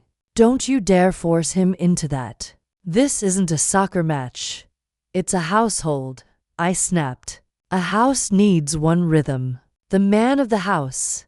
Don't drag the man in here to crown a judge. Clara cut me off. Voice cold. Marriage isn't court. I need a partner, not a referee with a red card. Ethan shot to his feet, chair tipping. Enough. I can't pick one and throw the other out. You already did, I retorted. You let dinner become client time. And you already did, Clara fired back. When you handed my name to the neighbors. The air throbbed. Then slam. Robert's hand hit the table like a thunderclap. Teacups rattled. His eyes, usually brown and kind, were storm dark. Enough. The kitchen froze. Lily clutched Pepper, eyes wet. Robert rarely raised his voice. Wood was his medium, not people. But when he struck the table, the roof itself felt shaken. His voice lowered, sharp edges intact. I've heard sacrifice, erasure, kintsugi, sides. I haven't heard respect. He turned to me. Margaret, you're smart, tireless. You love this family to the point of fear. But you turned a suggestion into a decree. You carve rules, straight lines, forgetting what has knots, bends, curves. You're repeating what you once hated in your own mother-in-law. The words nailed me where I sat. He turned to Clara. You're right in many ways. But every time you say I won't erase myself, your voice erases others. You demand partnership, then you must practice dialogue, not declarations. Clara lowered her head, biting her lip. Robert breathed deep, steadying. A house is a table. It stands on 4 legs. Saw one leg short even by an inch and it tilts. Tonight, respect is the shortest leg. He pointed at the fridge plan. Good, but not enough. We need rules for arguments. No interruptions, no labels, no bad mother. No just a cook. Every proposal gets a time limit, 30 days, 60 days if stuck. Pause. Let emotions cool. Then to me. If you truly believe in your proposal, set a 30-day trial, strong adjustments, not quitting. Revisit after. Force a resignation now, and you'll win the word but lose the family. To Clara, if you believe you can balance both, then prove it. Post a clear schedule, high-pressure days, off hours, backup times. If you fail, own it, no excuses. To Ethan, and you. You're not a referee with cards, you're the 4th leg. Speak up when something's unfair. Support when someone falters. Silence is just a crack waiting to split. The table hushed. Robert lowered himself, hands still trembling, and sipped his tea. He had never spoken so much in one sitting. I stared, ashamed and grateful. I turned to Clara, my voice smaller now. Clara, I can step back. 30 days. I won't mention quitting again. You set the schedule. I'll try softer. Her eyes were wet, but calmer. She dabbed them with a tissue. I thought she'd nod. Instead, she glanced at Lily, trying to calm herself by blowing into Pepper's ear, then looked back at me. Thank you, but tonight, I need to leave. Leave? Ethan startled. Where? My mother's. A couple days. To cool down. I won't put Lily through another shouting match. My chest sank like the tablecloth being yanked. You're taking her now? Tonight? Clara said. My mom's waiting. Just a few days. I'll send next month's schedule in the morning. Then, we'll talk again under Dad's rules. I nodded, swallowing pain. I'll wait for it. And, I'm sorry. For words I never should have spoken. She blinked, then turned. Lily ran to me, hugging tight, smelling of fruit shampoo. Grandma, I'm going to Grandma's house for a bit. I'll be back to tell you about my rainbow. I clutched her longer than usual. I'll be here. Waiting.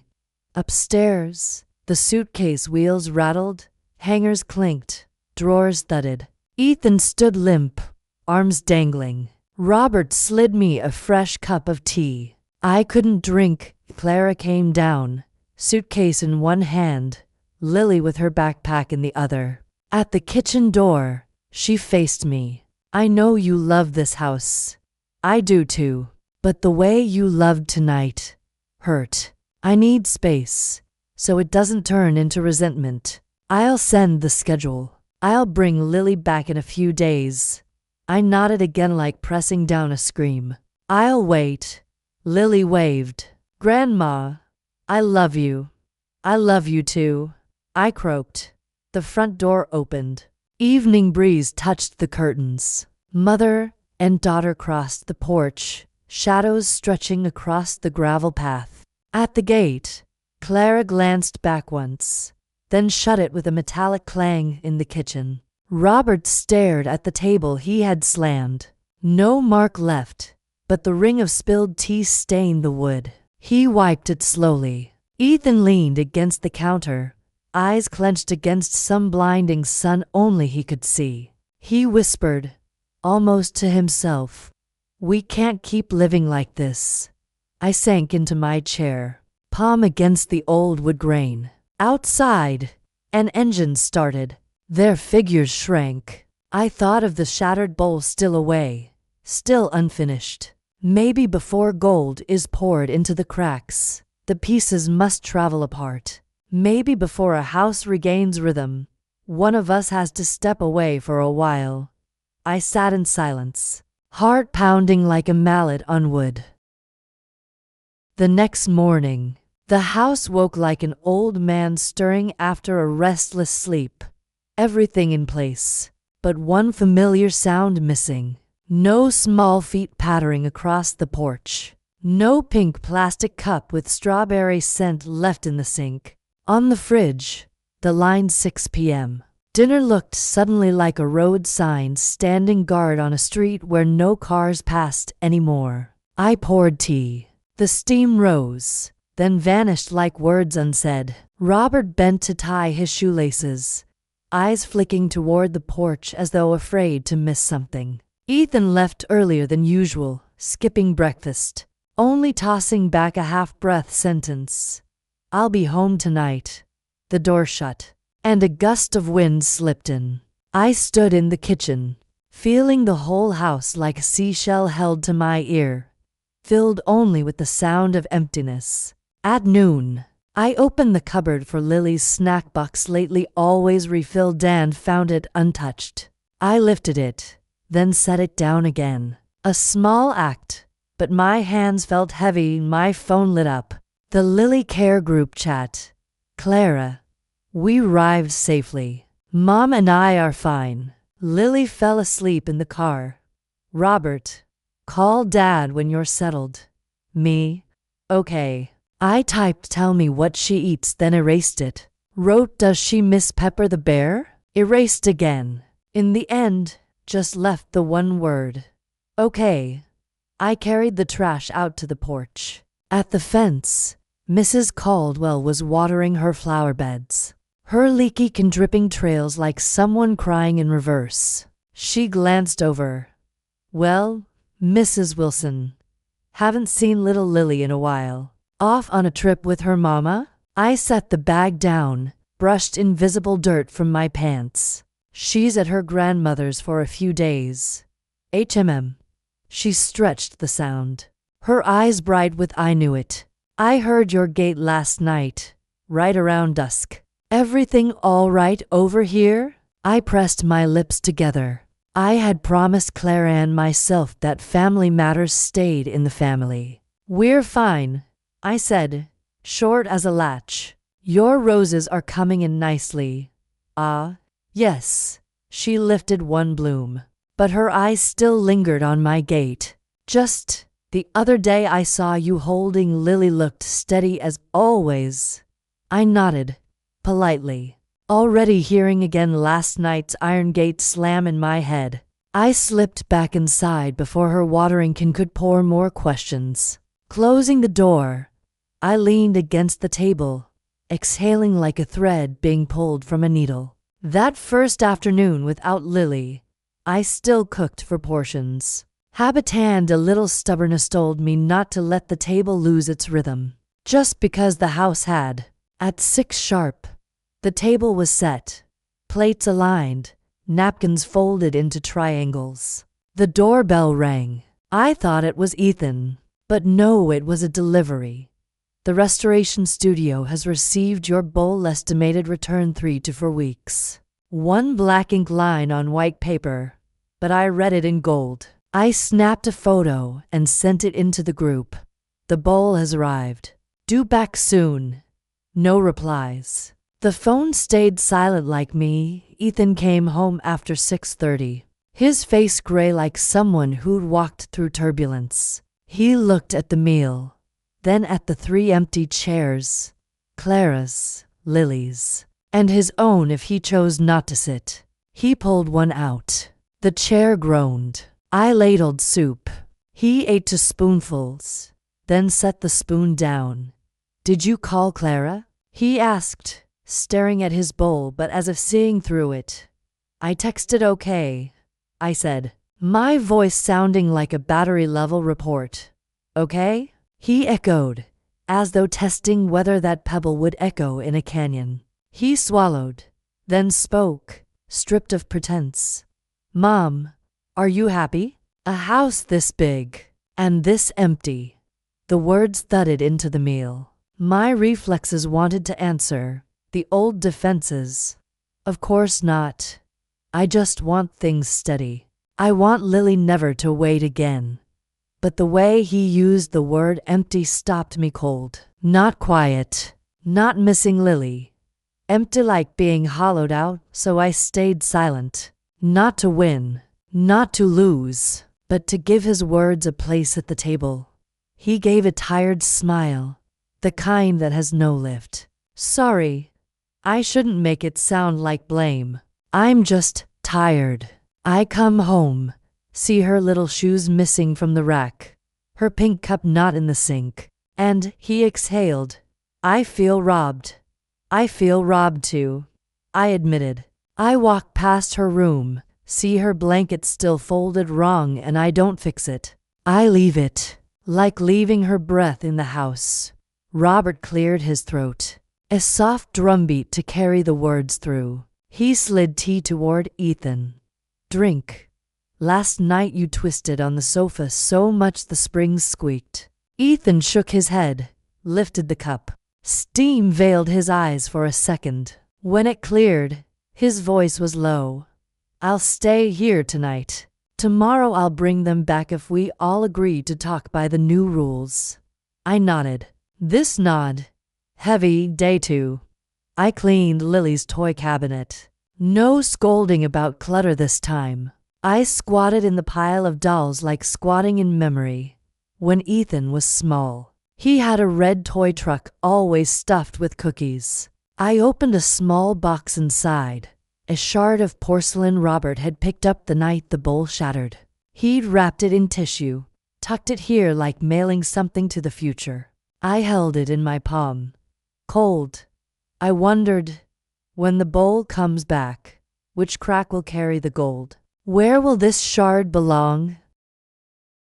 The doorbell. Dorothy, my friend, stood outside with a basket of oranges. Caldwell says your house is quiet as a monastery, she half-joked. I didn't dare ask, so I brought fruit. Oranges don't ask questions.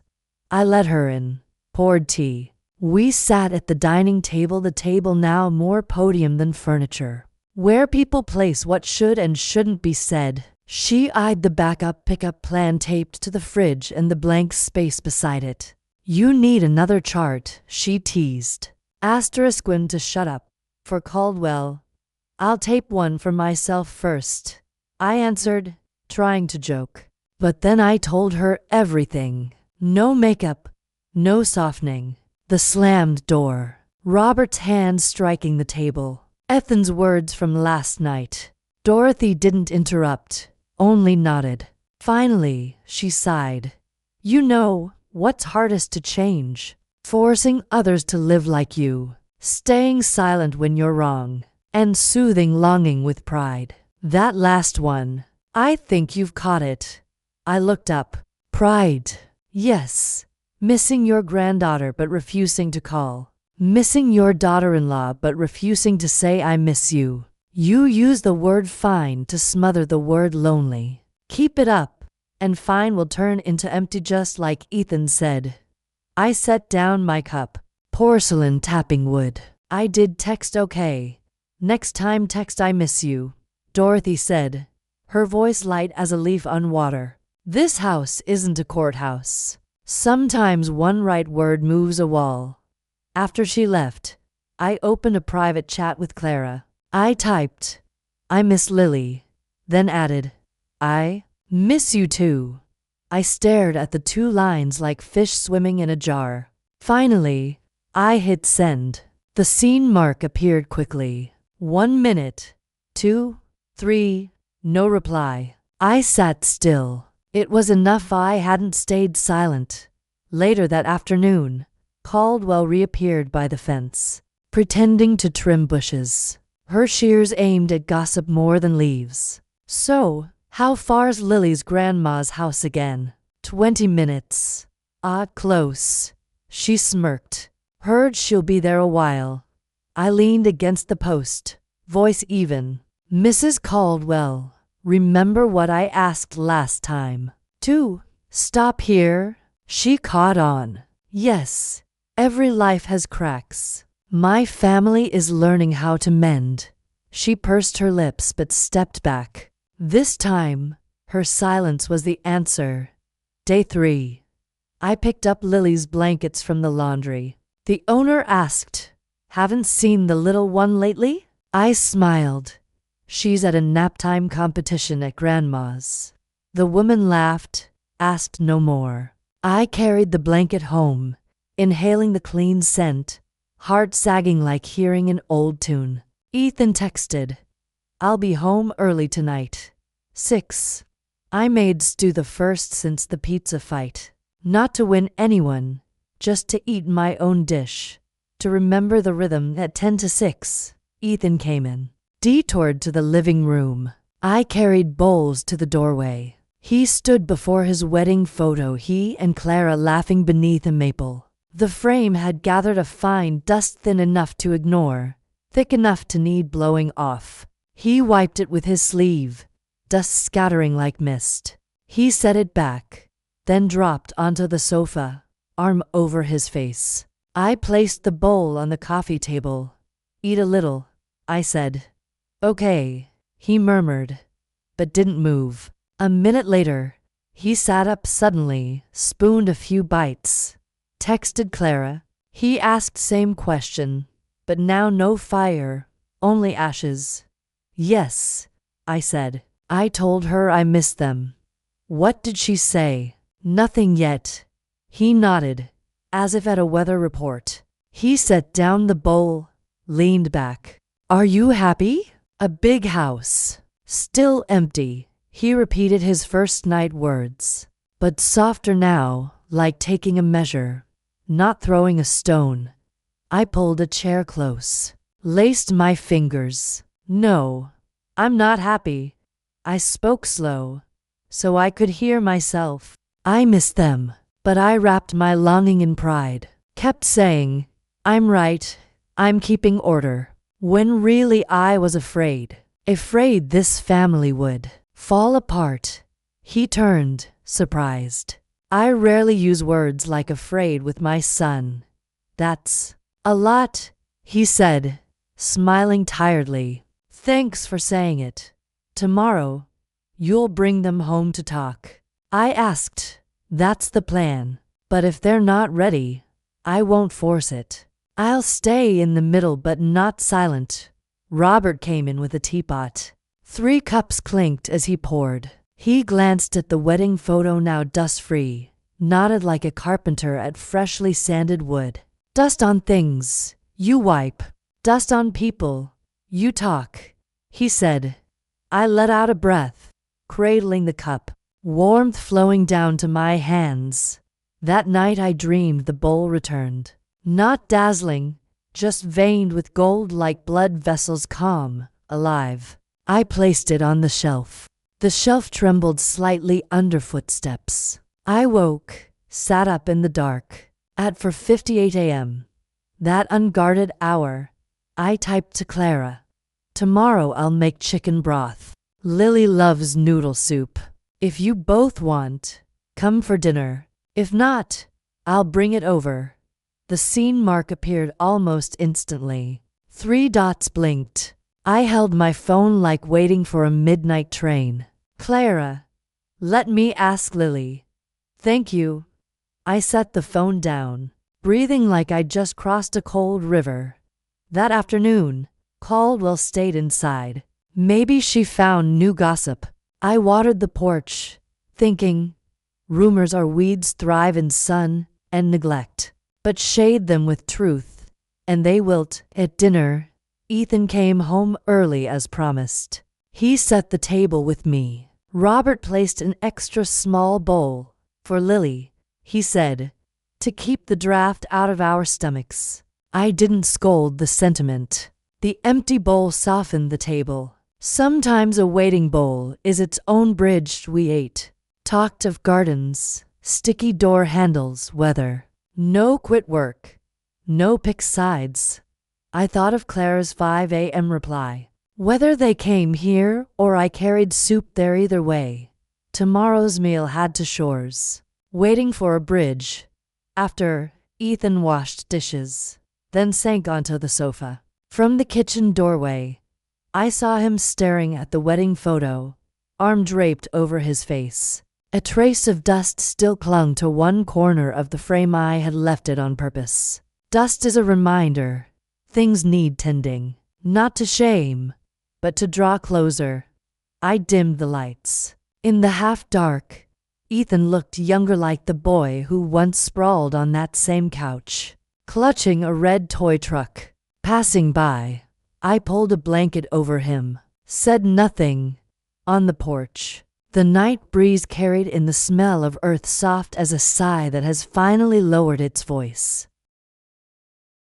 That afternoon, I stood at the stove, straining chicken broth. Steam fogged one corner of the window, blurring the roses climbing outside.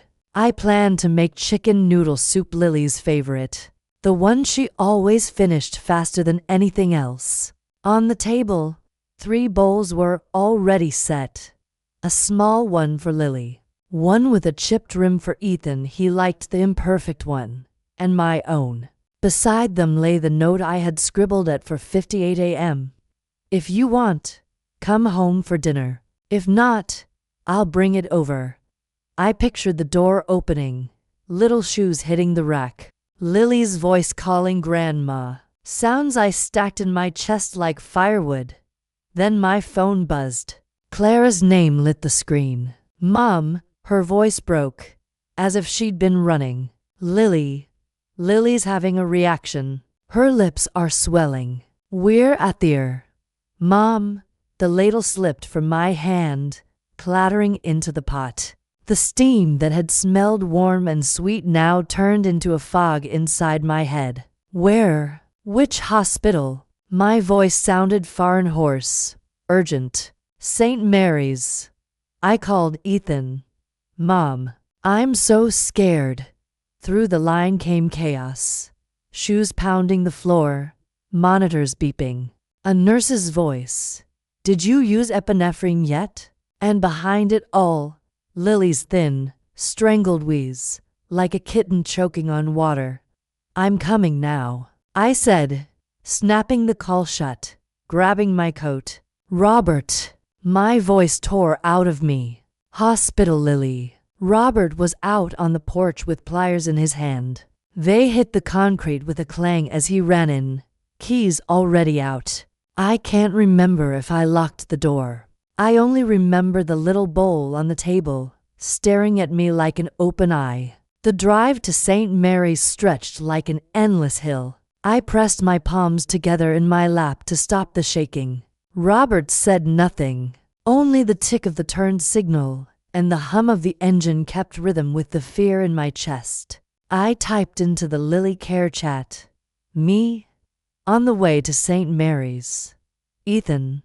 Almost there. Stuck at Pine intersection. Robert? 5 minutes. I wanted to type a prayer, but my fingers froze. Outside, no rain, yet I felt soaked like someone had dumped a bucket of water into my ribs. I cracked the window. The sharp smell of gas and asphalt filled the car. We braked hard at the harsh neon lights. The automatic doors opened, releasing the cold, sterile air of the hospital, not germ-free to me, just the smell of fear. Wilson child. Room 2. The nurse at the desk said quickly when I stammered Lily's name, pointing us down the hall.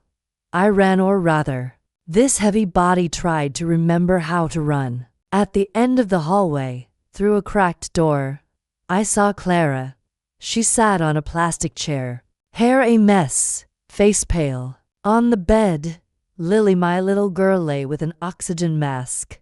Wires and sensors covered her small arms. A monitor clipped to her finger, blinking a number I didn't understand, only that it counted something vital. Mom. Clara leapt up. For a second, her face lit, as if she'd found the shore. Then her eyes tightened again. Between us and safety, a wave named anger. She ate a cookie at my mom's, Clara said fast, half trembling, half sharp with self-blame.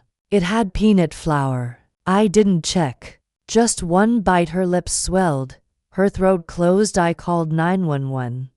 They gave her epinephrine. They're monitoring now.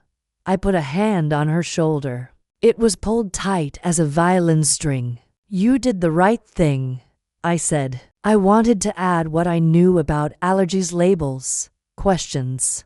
Always carry the injector, the lessons I had read. Always thought I'd be the one to teach. But Clara looked at me, her eyes glowing like embers. I don't need teaching. I need you here. Silence. Her words cut down all the shoulds and musts crowding my tongue. I only held her hand tighter, the wordless kind of here.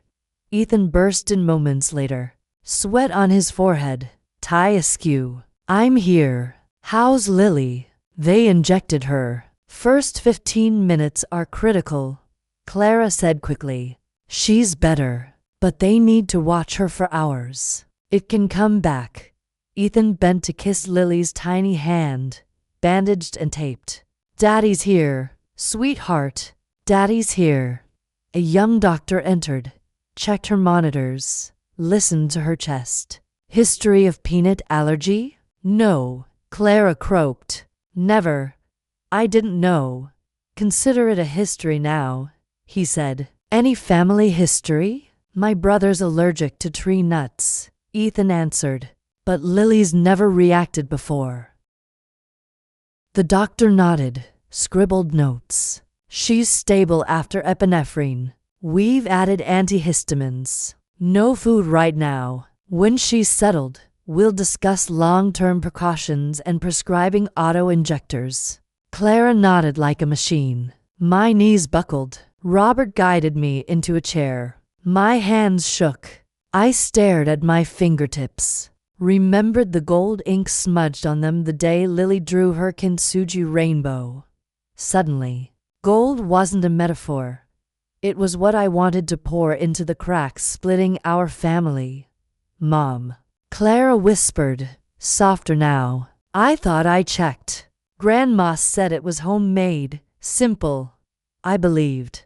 Nobody checks every cookie, I said, keeping my tone gentle. What matters is we're here now. Lily stirred, eyes fluttering open. Through the mask, she saw me. She reached out a tiny hand. I leaned close, holding it. Grandma. Her voice was a thread. I don't like those cookies anymore. No one's eating those cookies again, I said, smiling through tears. Grandma's right here. Clara wiped my tears, something I never expected. Don't cry, Mom, she whispered. I've panicked enough for both of us. I swallowed, throat scraping over stone. I've been wrong. Too many times. Thought I knew how to hold this family together. Turns out, holding my tongue is harder. Tonight, I just want to hold your hand. Clara looked at me for a long time. The monitors beeped, the air system hummed. But between us, another sound rose. The sound of surrendering weapons. She nodded, eyes wet, and for the first time in weeks, we held each other's hands instead of pointing fingers. The next 2 hours stretched like a season. Lily dozed, stirred, coughed softly. Every spike on the monitor sent my heart racing. Ethan handled paperwork. Robert fetched water and paper cups, his steady gestures saving us when words had dried up. I texted Dorothy. Inner. Lily allergic. Pray. She replied instantly. Praying. One word pray that felt like a bridge. By 7, the doctor returned, tapping on the doorframe. Good news, she's stable. We'll observe a little longer. But if all stays clear, you can take her home tonight. Before discharge, let's talk as a family. We pulled chairs close. I sat beside Clara. Ethan leaned over Lily's bed. Robert folded his arms, listening like a craftsman reading the grain of wood. The doctor opened a chart. 4 steps printed bold. 1. Avoid all peanut products. Read every label. Ask every time. 2. Always carry epinephrine auto-injectors. I'll prescribe 2. Every adult must know how to use them. 3. If she eats it by accident, itching, swelling, trouble breathing, inject immediately. Call 911. 4. Follow up with an allergist. Create a safety plan for school and home. Clara nodded furiously, tears streaking again. It's my fault. Don't punish yourself. The doctor interrupted gently. What matters is from now on. And his eyes scanned us, landing longest on me. No one person can carry this. Families must coordinate, or it becomes more dangerous. The word sank like a nail into the ceiling, suspending all the tension above us. I looked at Clara. She met my eyes, wet but steady. Ethan rested a hand on her shoulder, the other on mine. Robert sighed, the sound of pine wood settling, and nodded. We weren't for people around a table anymore. We were for corners of a fabric shielding one small life from the wind. And if one corner let go, the wind would tear through. The doctor handed me a demo injector. Grandma, you try. I laughed through tears. I still have knitting hands, doctor. My fingers trembled, but I followed every step. Cap off. Press to thigh, hold. He nodded. Good. Your plan B, but to keep plan B safe, plan A must be everyone talking to each other. I turned to Clara, this time squeezing her hand on purpose. Daughter, I'm here. No teaching, no judging, just here. Her lips pressed together, then softened into a wet smile. Thank you, Mom, she whispered. Tonight. That's enough. I nodded. Enough. A word both weary and warm. Out in the hall, the PA droned an announcement. In the room, Lily's breathing eased. The beep slowed, as if someone had turned the clock down so our hearts could catch up. I pulled out my phone, opened Lily Care, and typed, Me. New rule tonight. Allergy plan. 15-minute family huddle tomorrow morning. Clear assignments. I'll bring chicken noodles. No arguments. Ethan. Agreed. Clara. Agreed. And, thank you, Mom. I put the phone away, leaned back against the wall, closed my eyes. Behind my eyelids I saw the family bowl, still out at the restorer's, gold seams waiting to dry. And maybe, just maybe, tonight some gold had begun to flow through the cracks in us too. The morning after the hospital felt different, slower, more careful. like someone who's just had an accident relearning how to walk down familiar steps. I got up early, dried the kitchen counters, washed the teapot, and laid a clean sheet of paper on the dining table. With a marker, I wrote 3 lines. 1. Read labels. Ask first. Avoid peanuts entirely. 2. Auto-injectors EpiPens. In bags. Grandma, Mom, Dad all trained. Point 3. If it happens, inject. Call 911. Post in Lily Care. At the bottom I added a line I'd been avoiding for so long. Speak to each other first. Robert came into the kitchen in his old t-shirt that still smelled faintly of wood. He read the note, nodded, neither praising nor correcting. He poured 2 cups of tea and pushed one toward me. A small gesture that has never changed through the years. The warm black tea eased a leftover panic from the air down my throat. My phone buzzed. Clara's message. Clara. Lily slept well. Doctor discharged her. I'm taking her to the allergist this morning to schedule tests. Thanks for yesterday. Me. I'm here. Text if you need anything. I typed that. Then erased. Remembered to read labels carefully before I sent it. I didn't want it to sound like lecturing. Even my hands were learning restraint. Ethan passed through, shirt half buttoned, hair still damp. He rubbed the back of his neck and hesitated. I'll come pick Mom and Lily up this afternoon. If they want. Ask Clara where she wants to talk. I answered evenly. Our house, a coffee shop, her mom's place, wherever she feels safe. Ethan blinked, surprised, a little relieved. The tiny look made my chest ache. Then he nodded. Okay, I'm off to work. The door closed. Only the soft clink of spoon on cup remained. Robert sipped and set his cup down, looking straight at me. The doctor said, the family must coordinate. Sounded a lot like my woodworking. Woodworking? I asked. The grain, the glue, the tenons, the moisture. If you ignore one thing, the piece will split. Once it's split, you either chop it into firewood, or you find the right join and glue. A well-repaired board can be stronger than before. I smiled wryly, preparing metaphors to moralize me again. Rob? No. He shook his head, not joking. I wanted an example to tell you. Stop lecturing others and start looking at yourself. His words tapped the table like a carpenter's rule. I put my cup down. I am looking, I said, a little defensive. I wrote the allergy rules. I will stop speaking in circles. I text I'm here instead of lecturing. Those things matter. Robert cut in gently but firmly. But they're not enough. At the hospital yesterday, when Clara said, I don't need you to teach me. I need you to be here. You froze. I saw that stillness. It wasn't calm. It was the old stone wall. He knew me too well.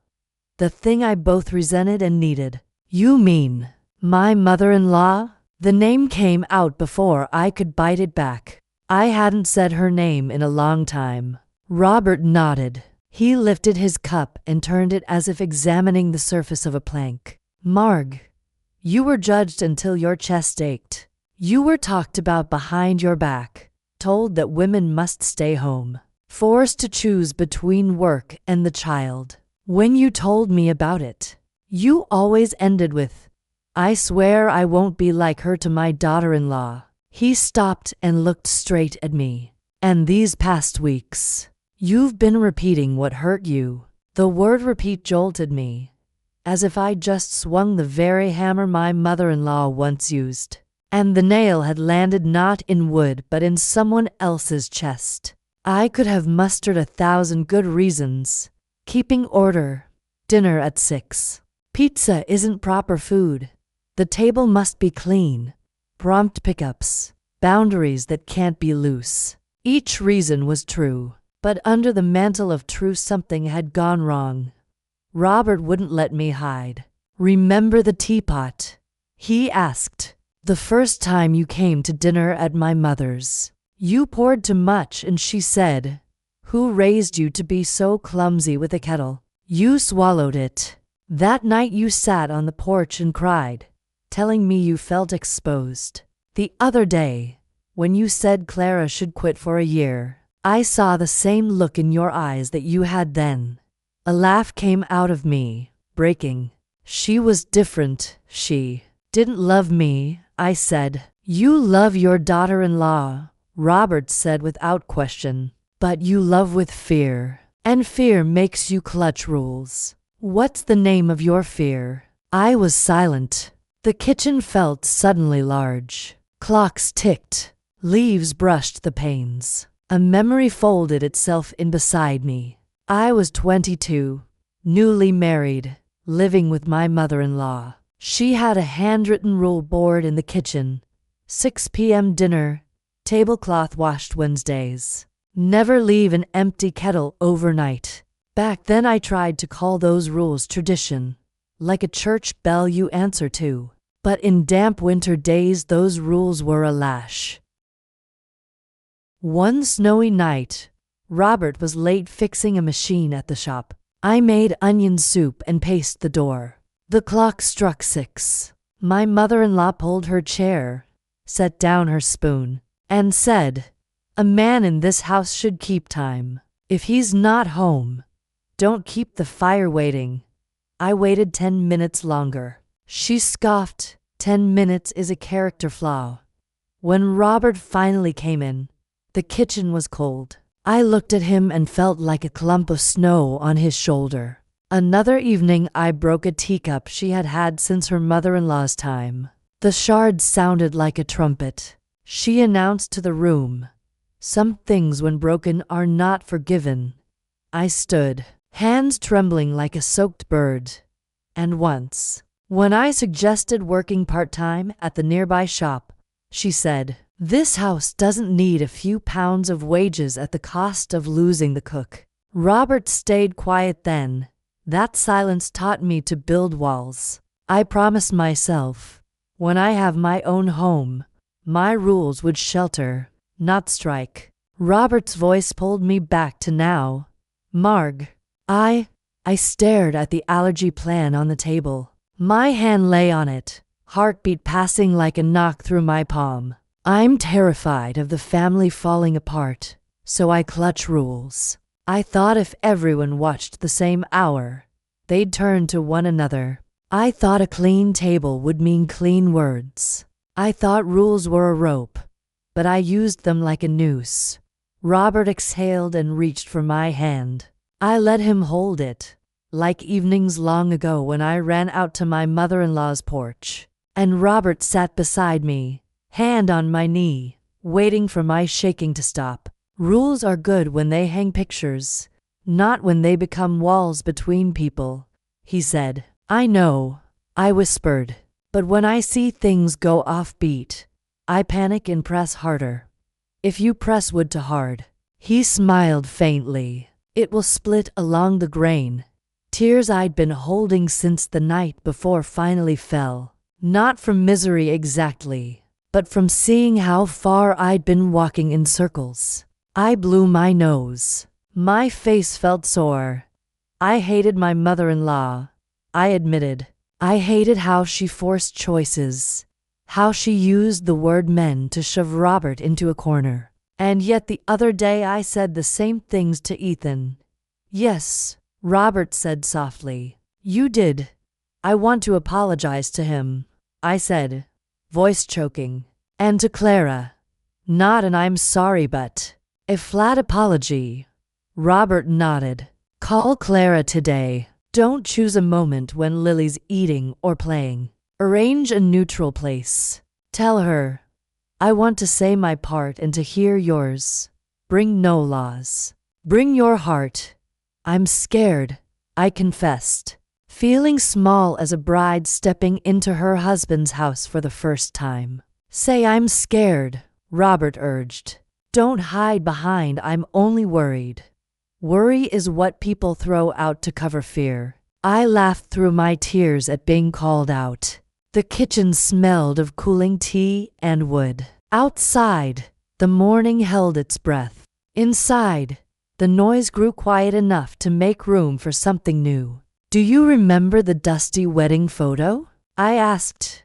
Yes. I left a streak of dust on purpose, he said, smiling. So whoever walks by will wipe it. I see. I nodded. The house has dust. I want to wipe it. Not with rebukes, but with the damp cloth of straightforward talk. Robert tilted his head, studying me like a craftsman fitting a freshly planed joint. Good. Then call. My hands trembled as I opened my contacts. Clara's name appeared. I didn't press call right away. I heard the memory of her voice in the ear. I don't need you to teach me. I need you to be here. I whispered to myself like a vow.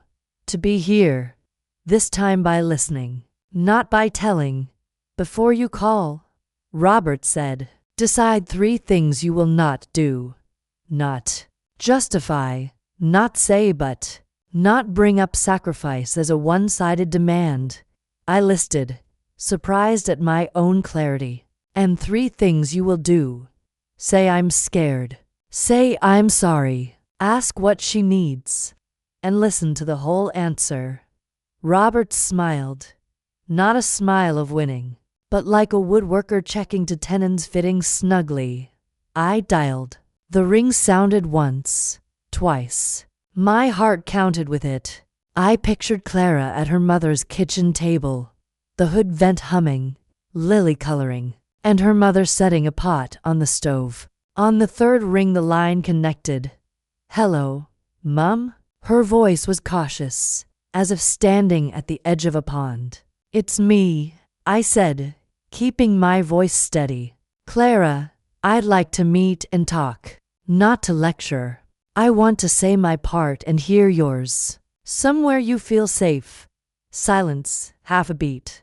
I heard crayons roll on the other end. Then Clara inhaled. Tomorrow afternoon? Birch and Bloom Coffee Shop.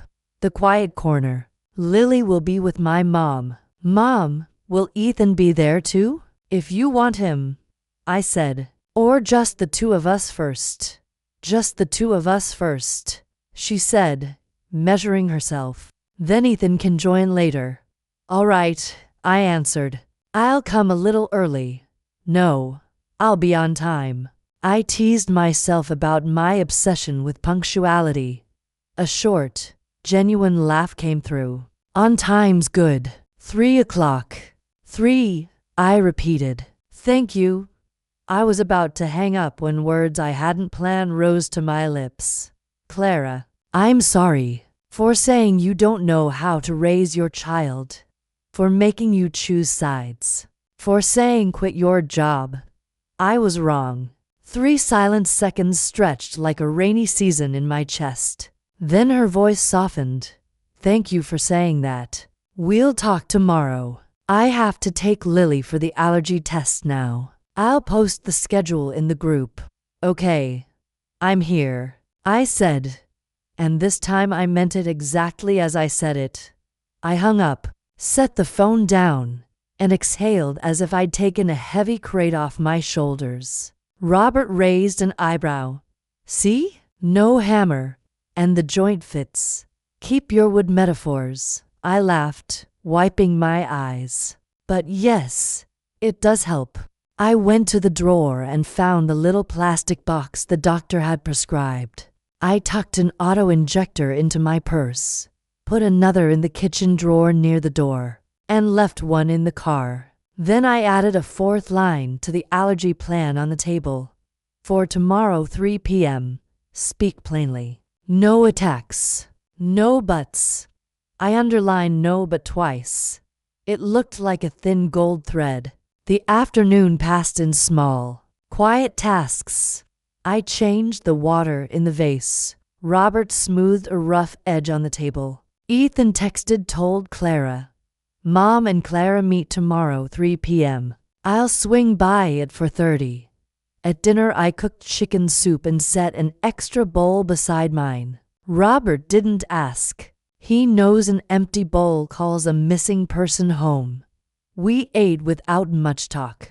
I messaged Lily in the group. Grandma made chicken noodles. I set aside a bowl. Clara sent a heart.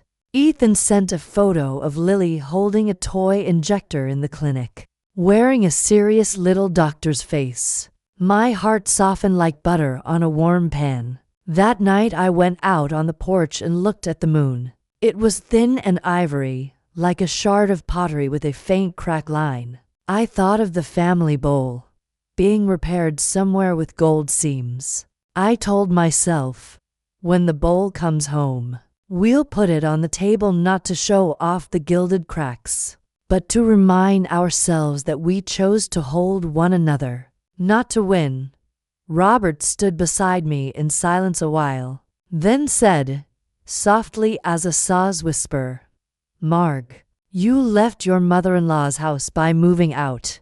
Now, you'll get past her shadow by moving into a room called Straight Talk. You've opened that door. I rested my head on his shoulder.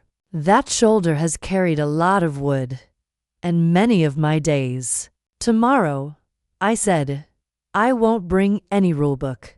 I'll bring I'm scared and I'm sorry. Add I love you, Robert suggested, smiling. Love is the best glue.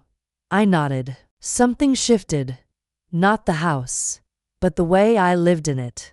I went inside, dimmed the lights, and on the refrigerator the allergy plan and the appointment 3 p.m. Speak plainly hung like a scheduled promise between generations. Beside it a wedding photo of Ethan and Clara, dust wiped mostly clean, with a small corner left dusty, as if to say, clean what needs cleaning, but leave a mark to remember to care.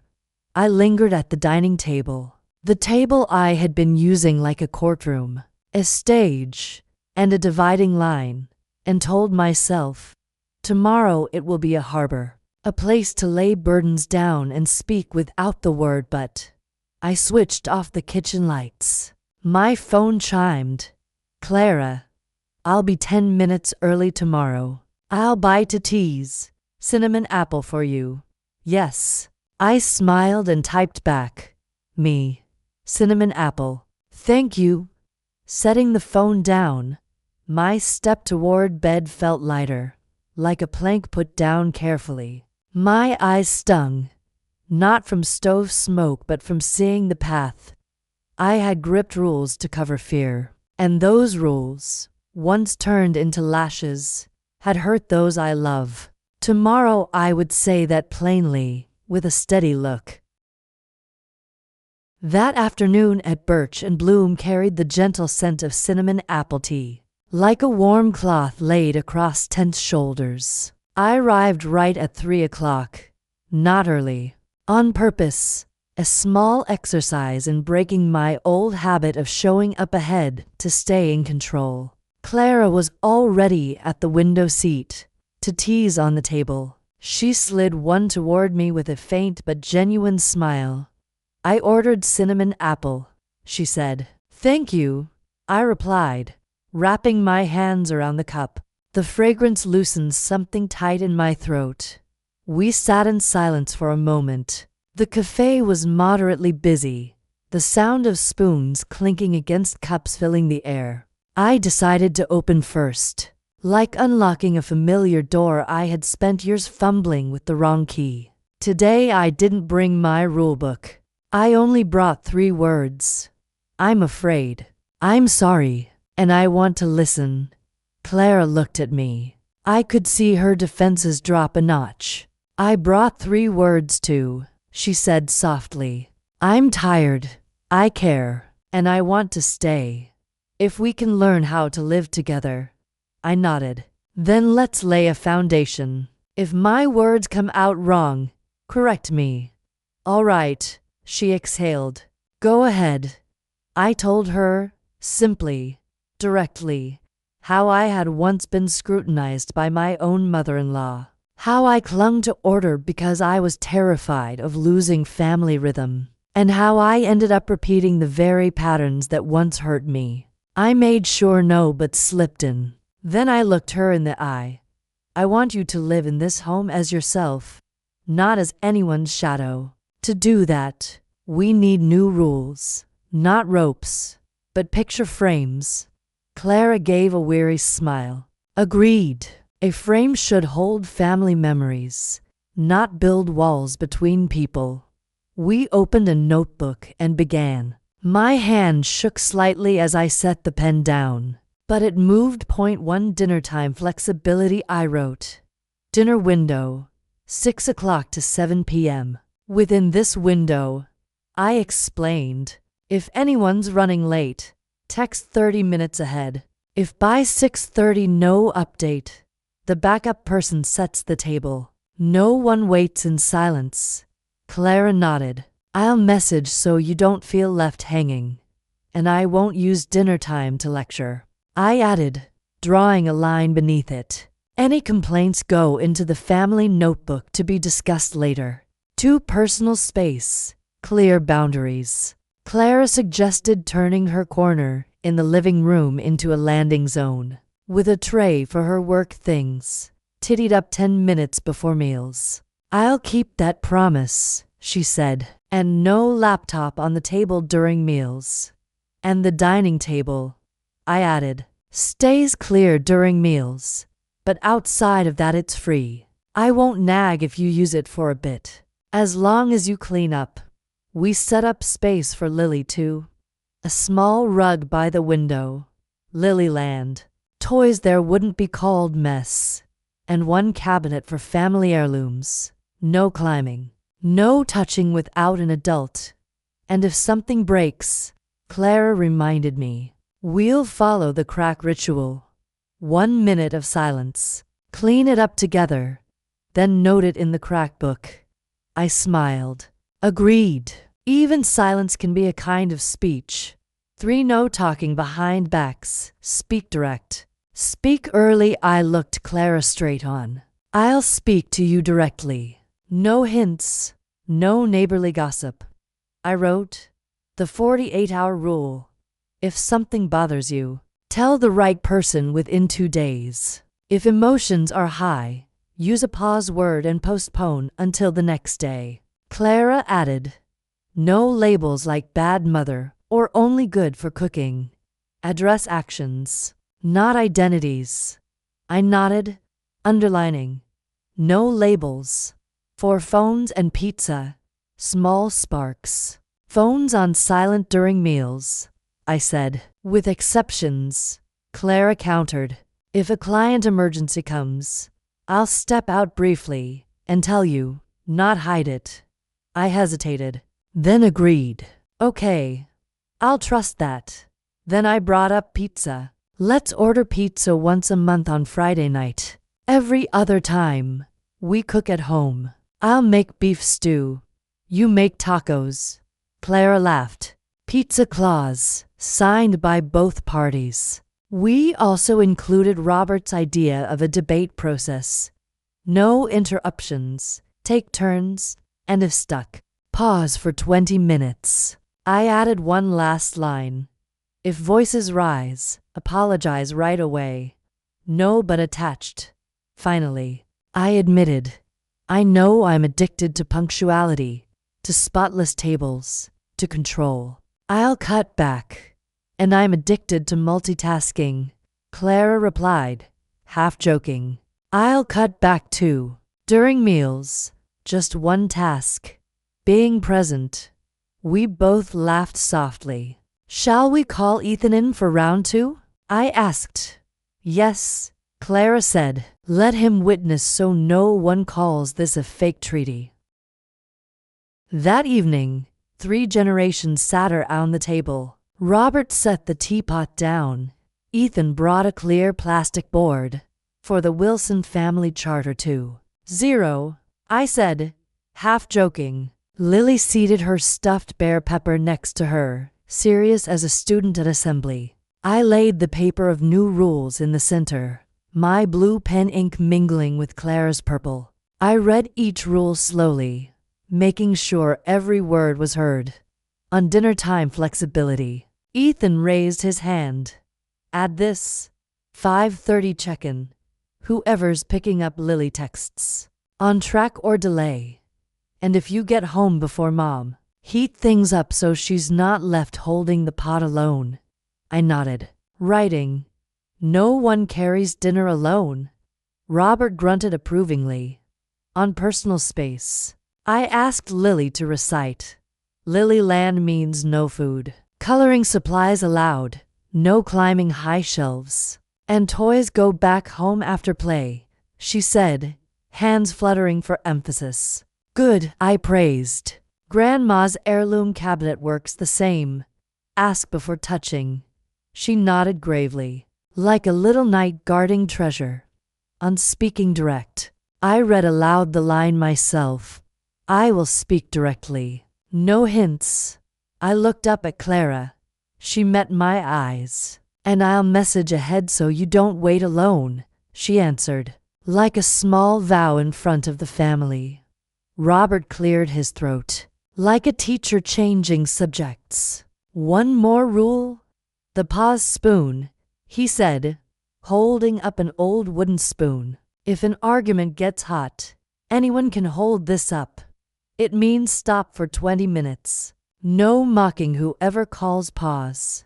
Lily begged to blow the whistle once a week. The whole table laughed. The first real laugh in days that didn't get stuck in our throats. Ethan documented it all in the Lily Care chat, pinning charter to point 0. Any updates go to family vote on Sundays. I shot him a look. Vote sounded modern, but it strangely comforted me. We signed. I wrote Margaret W. under the promise. No hints. Clara wrote Clara W. under. No leaving others waiting. Ethan signed with a note. Help in kitchen. Don't disappear. Robert added his name with a small wood joint doodle. Lily insisted on signing with a lightning sticker next to Pa's spoon. That night we had chicken noodle soup. For the first time, I didn't glance at the clock. Clara's phone buzzed once. But she looked at me, asked permission, then whispered, Not urgent. I'll handle it later. I ladled her more soup. She served me some in return. Every small gesture felt like stitches pulling the family cloth back together. Midway, a text from the restoration studio arrived. The heirloom bowl was in its second stage of gold repair, ready in 10 days. I read it aloud. Robert smiled thinly. Then in 10 days, we'll have a ceremony for the bowl.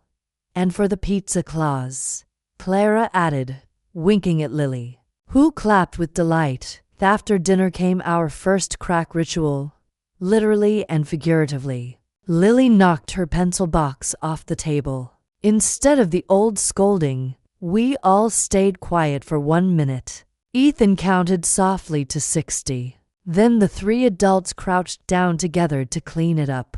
Lily announced, Next time I'll keep it away from the edge. I logged it into the crack book. Pencil box. 1 minute for cleaned. No yelling. Closing the notebook. I felt lighter, as if we laid the first brick of a wall that didn't shut anyone out. Later, while washing dishes side by side, Clara said softly, Mom, today you really did speak directly. And you really did give me notice. I replied. That line, I'll message ahead so you don't have to wait. It warmed me. I felt the same when you said no hints. We finished without breaking a dish. A small but lucky omen I chose to believe in.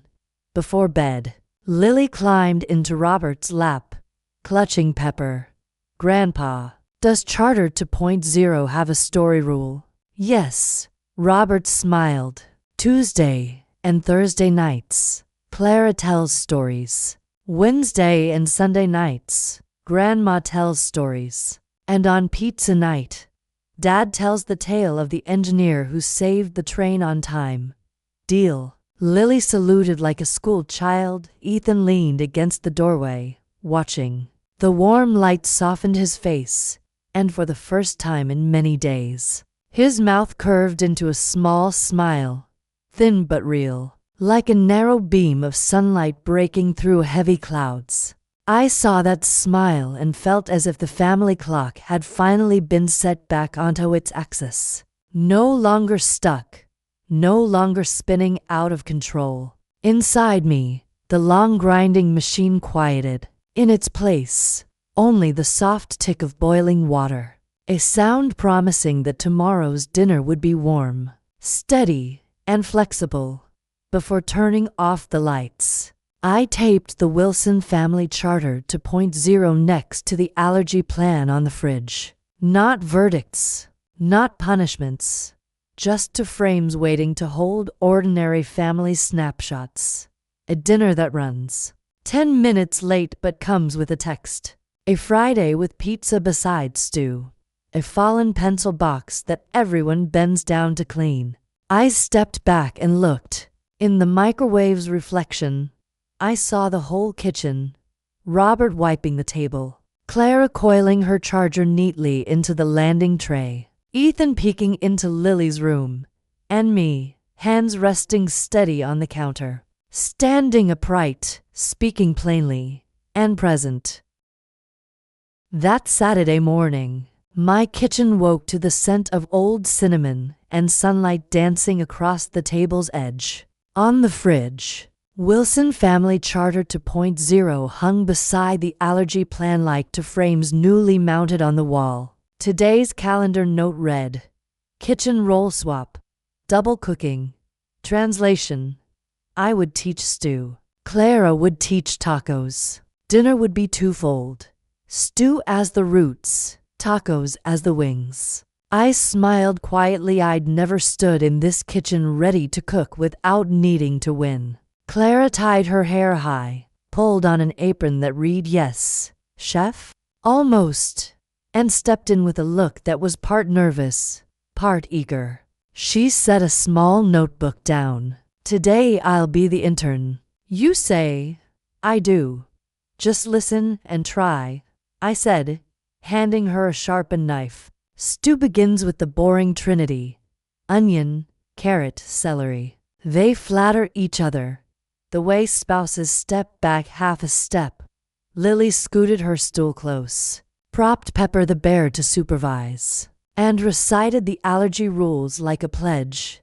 Today no peanuts. Nothing that may contain peanuts. I'll check labels. Exactly, sous chef Lily. I nodded. Reading labels is worth gold. Clara chopped onions. Thok thok. 10 strokes in. Her eyes watered. Why does this sting like a client's bad review? She blinked. Because you're slow. Onion oil thinks you're prey, I said, handing her a damp cloth. Move quicker. Breathe through your mouth. And don't fuss. This is stew, not a photo shoot. She laughed through tears. Her knife steadied. Robert wandered in, arms full of scrap wood, eyes scanning the counters like a carpenter checking a fresh build. He set down a contraption. 2 boards, a hinge, and a clamp. Handmade taco press, he said, matter of fact. Grandpa's taco machine. Lily squealed. Grandpa, not uncle, Robert corrected, smiling. The cast iron skillet hissed as I drizzled oil and handed Clara the dried beef. This step's called searing. Don't drown it in nerves. Don't flip too soon. Let it brown. Smell the nutty note first. She laid it down. Sizzle. She flinched, tried to flip. But I stopped her hand. Wait. When the hiss thins, when the smell deepens, then she closed her eyes, breathed. Oh, I hear it. Strange. Cooking is mostly listening, I said. The rest is waiting. The browned beef left speckles on the pan. This, I pointed, is treasure. Pour stock. Scrape it up. French call it déglaze. We call it. Don't waste the bits stuck at the bottom. Family's the same. Scrape up what sticks. Let it flavor the broth. She nodded, eyes shiny. I didn't know stew was harder than product launches. Harder because it's slow. I chuckled. And slow means someone will nag. The pot settled into a gentle murmur. I lowered the flame, tossed in bay and thyme. The air shifted from sharp onion to a quilt-warm aroma. I handed Clara the ladle. Taste. What's missing? Salt. And thyme, she answered. Correct. And a splash of cider vinegar at the end just to wake it up. Meanwhile, Clara's taco class began. Chicken breast sliced thin, marinated in lime, garlic, smoked paprika, cumin. The smell stood tall, nothing my kitchen had known before. Now, press the tortillas, she said. Mom, try it. Me bread loyalist approached Robert's taco press. I rolled a ball of masa, set it between papers, clamped, opened an oval mess. The room laughed. First try, Clara said kindly. Let me adjust the clamp, Robert added. Even pressure, like fitting a joint. Tilt, and the seam shows.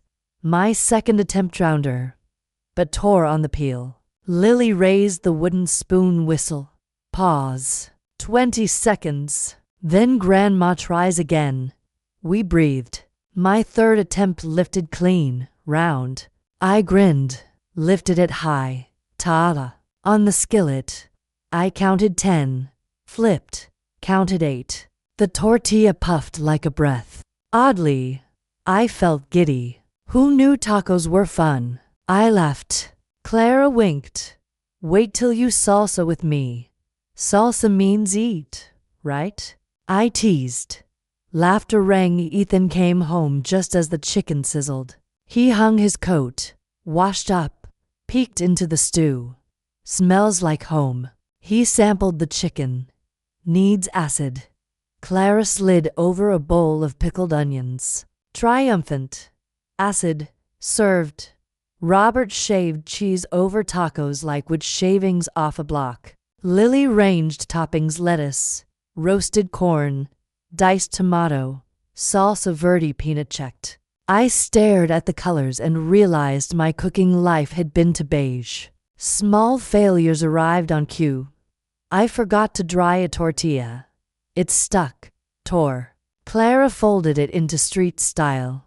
Abstract taco, she laughed. I want the abstract one. Lily clapped.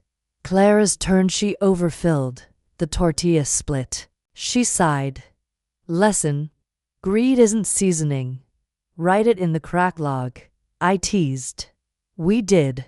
Taco cracked lesson. Less is enough. Simmered toward finish. Turn off the heat. Cover 10 minutes, I said. Sometimes flavor comes from leaving it alone. And tacos, Clara grinned. Must be eaten right away, life's short. Tortillas softer. We set the table. On one side, stew with bread. On the other, rainbow tacos. An empty bowl for the kintsugi piece not yet returned, its absence named. Dinner began with Lily's proclamation. Tonight's double. Grandma's stew, Mom's tacos. Dad tells engineer saves train. Grandpa tells taco machine. And I won't say pizza's better than Grandma's food. The last line made us laugh, a laughter with depth. Clara ladled me stew. I built her a taco lesson of less is enough. We exchanged plates, small gifts. She tasted, eyes closed a second. Rich, gentle, she whispered, like finding a childhood smell I didn't know I had. Ads hit in 30 seconds. I shrugged. Takes 3 hours. I bit into her taco. Warm shell, smoky chicken, pickled onions spark, corn's sweet note. I laughed aloud, the laugh of 60-year-old surprise. Who knew tacos were fun? Fun and peanut-free, she teased. I tapped spoons with her instead of glasses. The smoke alarm chirped once dry skillet. Lily raised the spoon whistle. Pause. We fanned smoke. Paused 20 seconds. Then laughed. Robert shook his head. If everyone blunders equally, that's a style. Dinner flowed with small stories. The hospital felt distant now. The charter had slipped into habit. Phones buzzed without panic. Clara lifted hers once, said not urgent, set it down. Ethan played waiter, pouring water. I stopped clock watching. Lily requested dessert, an empty taco for Pepper. Then self-corrected. Oops, bears don't eat. After, we cleaned together. Me wash, Clara rinse, Ethan dry, Robert stack. 4 hands, smooth rhythm. I feared I'd get addicted to ease. The empty pot gleamed on the rack. Kitchen half a size larger, not cleaner, but lighter. Lily bargained for 10 minutes of cartoons. Clara tittied her landing tray, reset the table, replaced the empty bowl at its spot. She looked at me. When the bowl returns, we'll have a placing ritual. You tell the gold story, I'll tell the pause story, and I'll tell the taco machine story. Robert cut in. Ethan lit the living room lamp, beckoned me to the sofa. He left a space beside him. I knew it was Clara's seat later, but he patted it. Sit here, Mom. I need to say something. I did. He looked around the walls, cupboards, our charter on the fridge, then back at me. Words came slow, like setting bricks. Things. Breathe now. You've stepped back. Clara too. Dad stilled the bridge. He paused, glanced at the porch where daylight was slipping. Then, gently, maybe we should look at apartments nearby. Close enough for weekends here, but weekdays. Close, not clinging. His words fell into the room like lemon into broth, small, but shifting everything. Clara looked up. Robert stopped wiping the pan. I stared at my son. In my chest, the old compressor fell silent. A window opened. I didn't answer right away. I let it steep, like stew's final 10 minutes. I looked at the table. The taco crumbs, the empty kintsugi bowl, Clara's thin smile, Lily's bright eyes. My hand, once wrapped tight around rules, loosened. Yes, I said softly, firmly. Close. So we still come home for dinner. Ethan smiled, a second smile, wider than the first. Clara leaned back, eyes curved. Robert nodded, carpenter's approval. And me, I picked up a pen and added a line beneath Wilson Charter 2.0.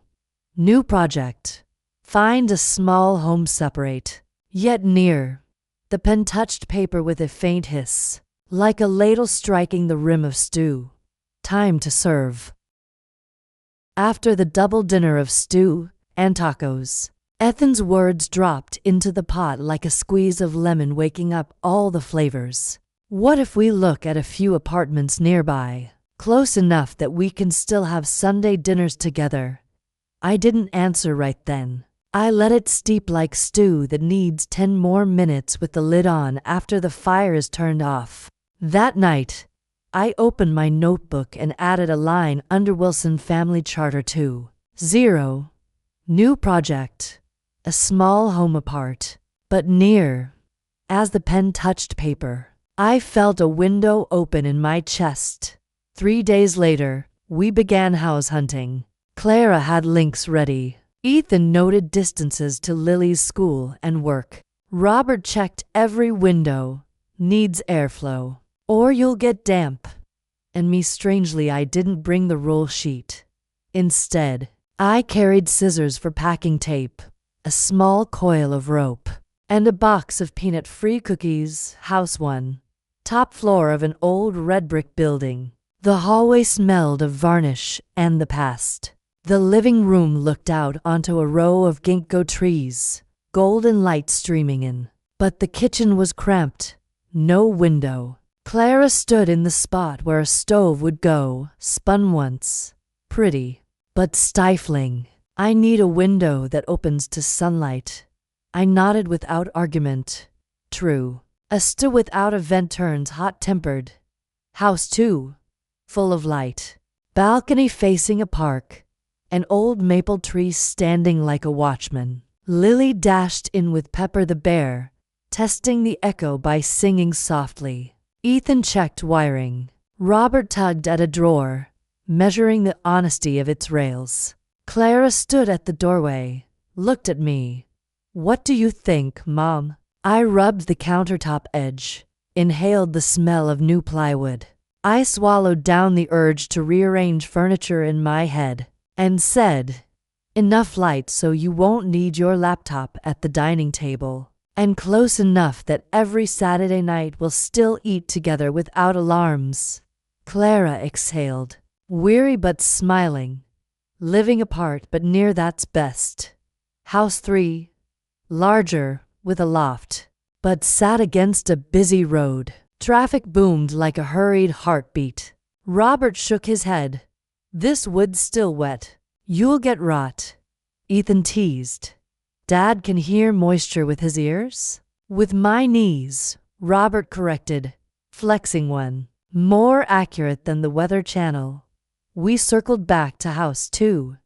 The landlady, silver-haired, chestnut eyes, raspy voice, told us she and her late husband had once lived there. Now she stayed with her son, renting only to decent people. I asked, "Anything you'd like us to keep in this home?" She smiled, pointed to a shaft of slanted sunlight on the floor. "Keep the light. Don't cover the windows with heavy curtains. A dark house makes people sad." I nodded, promising myself not to turn curtains into walls. The lease was signed with surprising speed. 8 minutes by car, 12 by bike, 25 on foot. Ethan measured all 3. From the living room window you could see, on a clear day, a patch of sun touching the roof of my house. If I waved from my porch, they wouldn't see, but the feeling of close had landed. Moving day. The sky a soft blue, as if conspiring to ease heavy work. Robert borrowed a friend's pickup. Ethan, in a t-shirt, veins taut, carried boxes labeled kitchen, toys, Clara's books. I arrived with a portable stew pressure cooked since morning and a basket of herbs cut fresh. Thyme, rosemary, a few tender dill stalks. Clara laughed wide. Supplies incoming. Supplies, not orders. I reminded myself out loud. The empty apartment magnified every sound. Lily lined her toy cars into an on-time train circling the kitchen box. Robert braced the cabinets with an extra strip of wood. I stood in the blank living room wall space, felt a faint sadness like staring at an empty page. I ladled hot stew into paper bowls. 10-minute break. Fuel up. Ethan came first, spoon in hand. "Smells like a traveling home." Clara sipped, sighed. +point for Mom. My hands stopped shaking. We worked like a trained team. Ethan tightening bed frame screws. Robert measuring shelves for the new landing tray. Lily pasting a Lilyland label onto a rug by the window. Me rinsing the sink and stacking spices in a round tray. I stopped just before color-coding my old addiction tied up with string. When it came to keys, we sat cross-legged on the floor. Ethan held up a ring. "One for me, one for Clara, one for Grandma, one for Grandpa, and one stored in the lockbox at your house, emergency only." I took mine, heavy enough in my palm. Clara met my eyes. "I'll rest easier if you hold one, but please call first."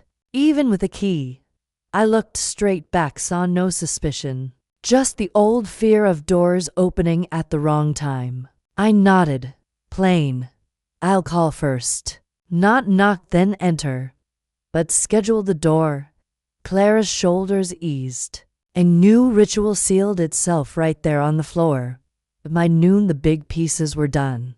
Clara wiped cupboards, spread cloths, hung Lily's rainbow painting streaked with golden kintsugi lines. I thought of our family heirloom bowl still in repair, waiting for its gold seams. Where would it sit in this apartment? Then I answered myself, at my house. But it would travel back and forth, like an honored guest. Before leaving, I placed a basil pot, still dewy, on the counter. Housewarming gift. Clara patted its leaves, cooing, "Welcome, basil. I'll water you on schedule. It likes sunlight and gentle talk." I slipped into old habits, then stopped, added, "But if you want to find your own way, I'll listen." We left as the sky tilted. In the parking lot, Ethan winked. "Go on home, Mom. Tonight we'll test sleep here. Tomorrow full review." "All right," I said, a pang like milk when the child has just weaned. I didn't stretch the hug, just enough. "Check labels, keep the EpiPen handy, and don't forget Sunday dinner." Clara smiled. "Sunday is family night, Mom."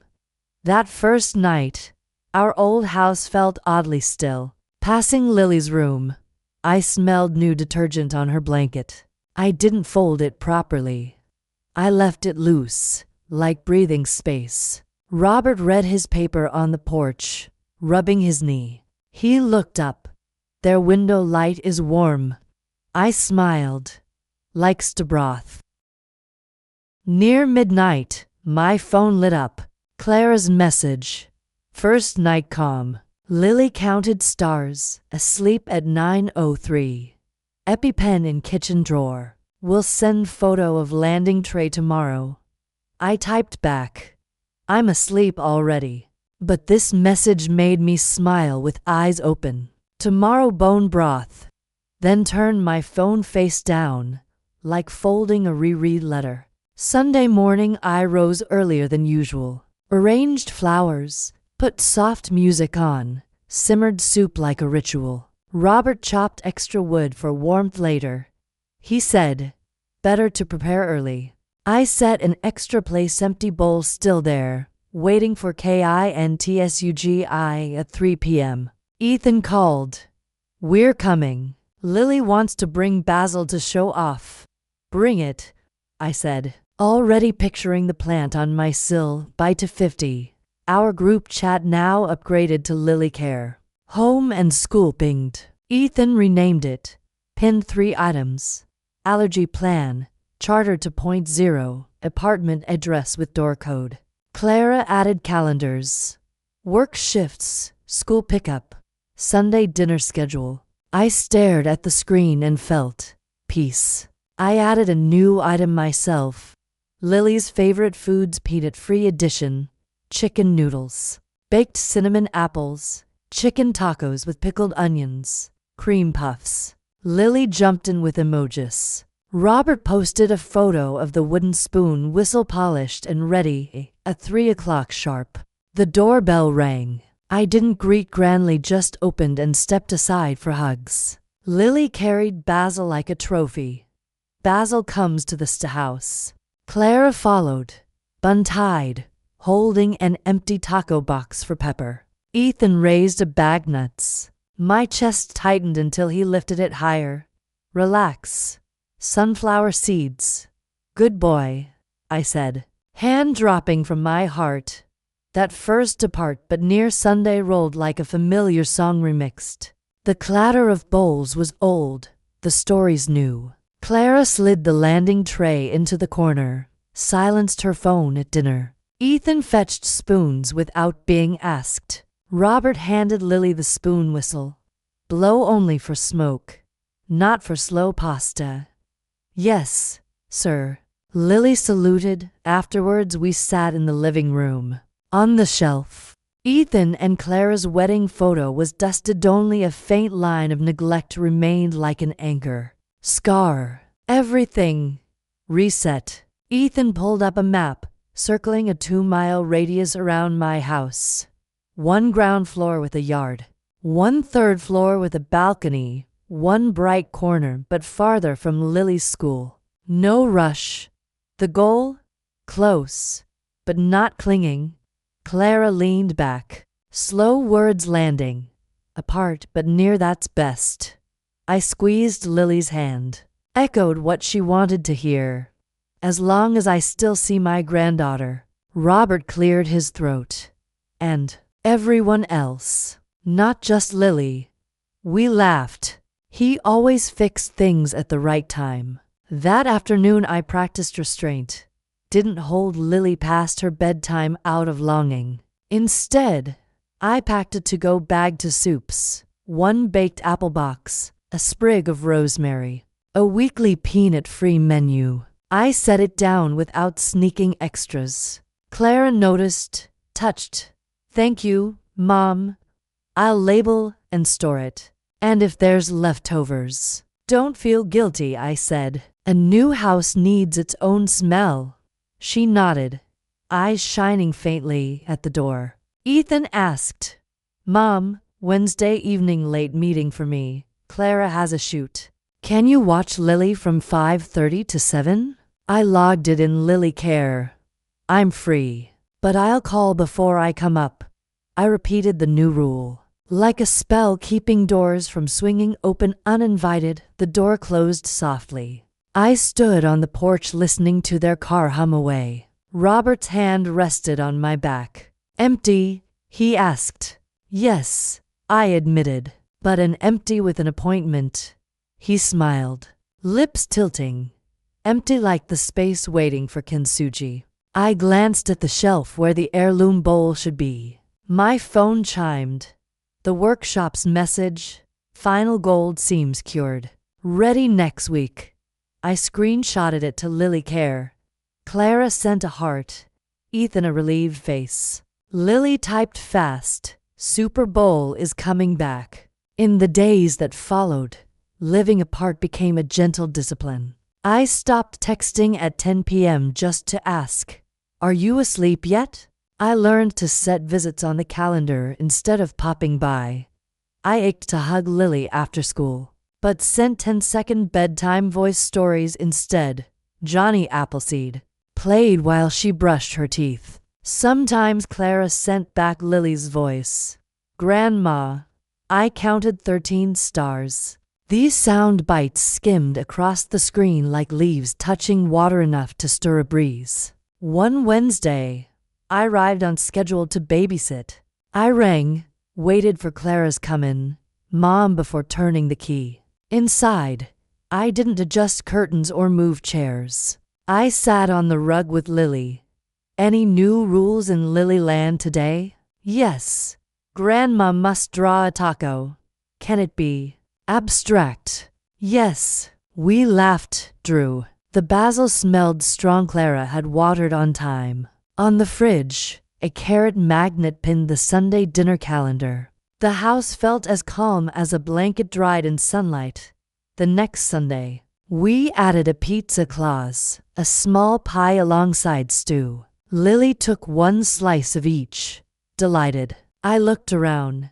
2 generations, 3, 4 bowls, 1 empty bowl awaiting kintsugi, 1 pizza waiting to be laughed at. I thought, if only my mother-in-law had once sat with me like this. Then I stopped thinking.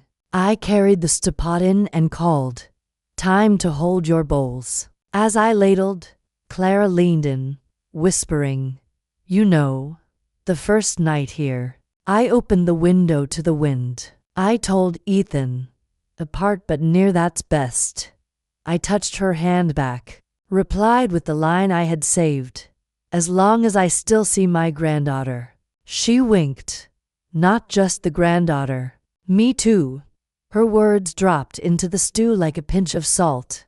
Tiny, but perfect. We shared firsts at the new home. Lily blew the spoon whistle. When Clara checked email at the table, Ethan spilled water, and instead of scolding, we laughed after 1 silent minute. Robert fixed a loose handle and left a secret carpenter's mark behind the cupboard. I excused myself mid-visit when I felt the urge to overrange. Texting later. Left early so next time I arrive lighter. Clara sent back a heart. For dessert, Lily suddenly asked, pointing at the steaming pot. So, I still get stew on weekends? Everyone answered in chorus. Yes. She skipped around, pepper swaying, sighing with relief like someone who had found her personal solar calendar. I looked at Robert, Ethan, Clara.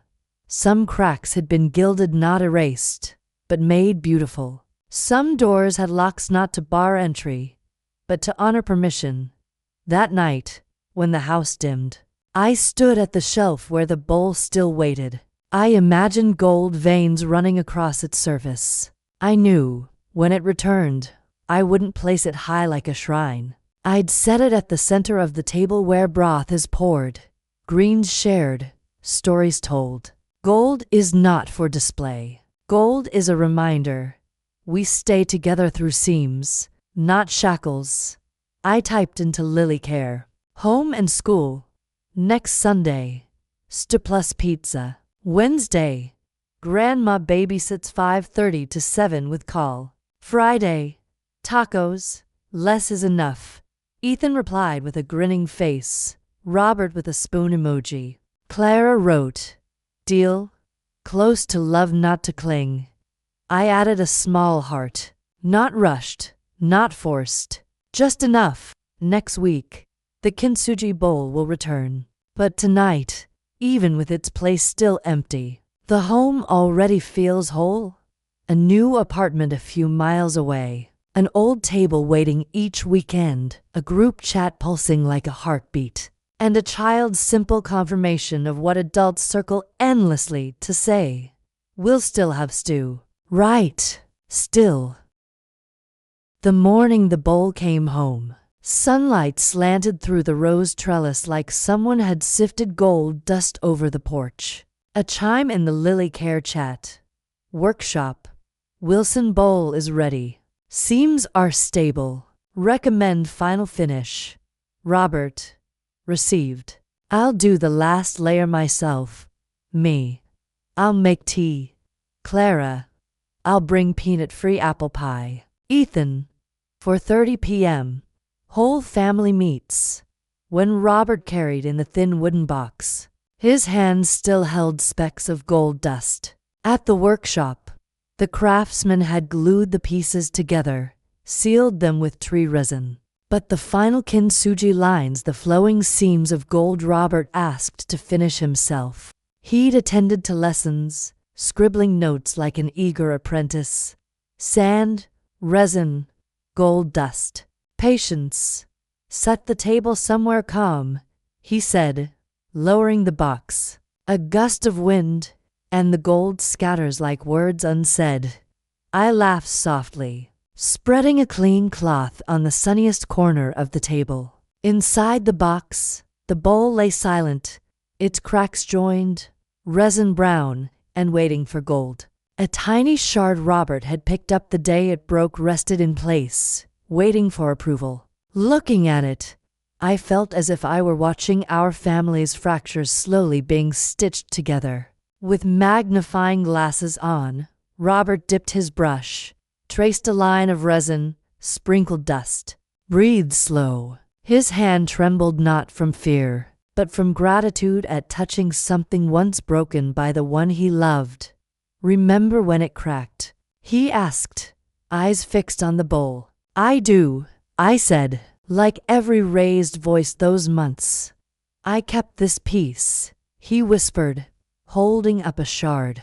Not because it fit perfectly, but because it belonged. Like people belong to a home, even when off-kilter. My eyes stung. Simple words can cut deepest. He dusted again, turned the bowl so the light slid across new seams. Gold veins emerged like lifelines. I stood beside him, afraid a careless word might break his concentration. At the last seam, Robert lifted his head. Want to finish this line? Me, I startled. The last one, he said, placing the brush in my hand. The one who cracked it should also mend it. I touched resin soft as Lily's hair. Drew one slow line. Gold clung to brown, glowing. Breath caught in my throat. For the first time, I saw a crack as beautiful. Not hidden. Not denied, acknowledged. Lifted, we waited, letting the resin set. Robert buffed gently with a cloth, surface shimmering. He didn't hand it over. He turned it so the fresh gold faced me. Done, he said. Take it back. I cupped the bowl. In its curve, I saw my own reflection, a woman who knew fear, but also how to speak plain. The golden seams stitched together seasons when I'd hurled words like hammers. My voice trembled. Thank you, and I'm sorry for all the dinners you had to bridge between pounding fists. Robert's warm hand touched my neck. You held the house. I braced it. Today switch places. You brace. I hold. By evening, everyone gathered. Clara with apple pie, Ethan with sunflower seeds, Lily with her basil plant and Pepper the bear. The table was set, simmering, tacos bright, a token pizza slice for Lily's Friday claws. Though it was Sunday, in the center, the kintsugi bowl, resting on a walnut stand Robert had turned that morning, carved with 4 words: home, hold, side by side. Super Bowl. Lily squealed, reaching. Ritual of the crack. Ethan teased. 1 minute silence before touching. Yes, Lily nodded. Serious, we stood. A minute silence, not punishment, but reverence for what held us. Lily finally touched a seam with her finger. Warm, she whispered. Grandma, does the gold bite? Yes, I teased. It bites sadness. Laughter rippled. Clara gazed at the seams, eyes shimmering. Beautiful. Not flashy. Just enough. Like just enough taco filling, I quipped. Robert tapped the wooden spoon whistle, once a symbol of pause, now a call to feast. We sat. Ethan glanced at charter to .0, ticking off lines like old friends.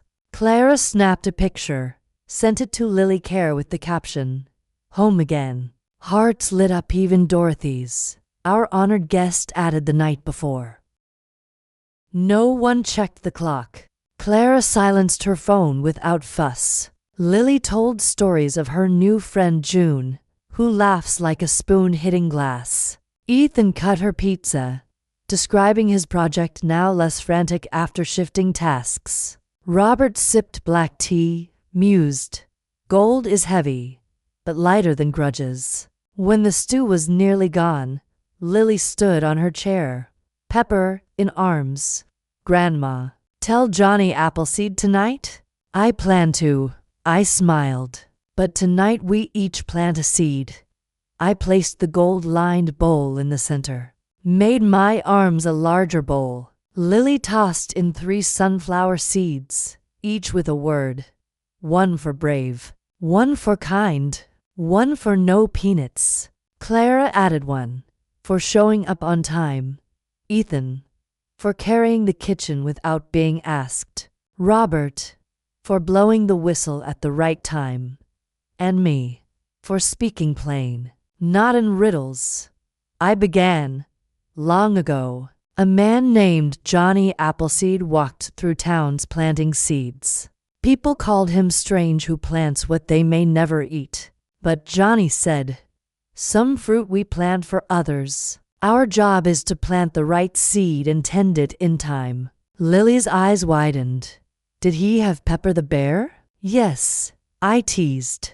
And that bear reminded him, don't get hot-headed when it rains and you forgot your coat. We laughed. Clara listened deeper than she laughed. I went on.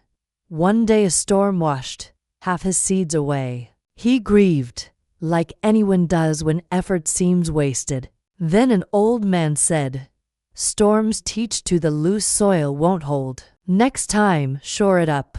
Don't be mad at the sky. Johnny didn't argue. He fixed it. The next season, apples grew. I turned to Ethan.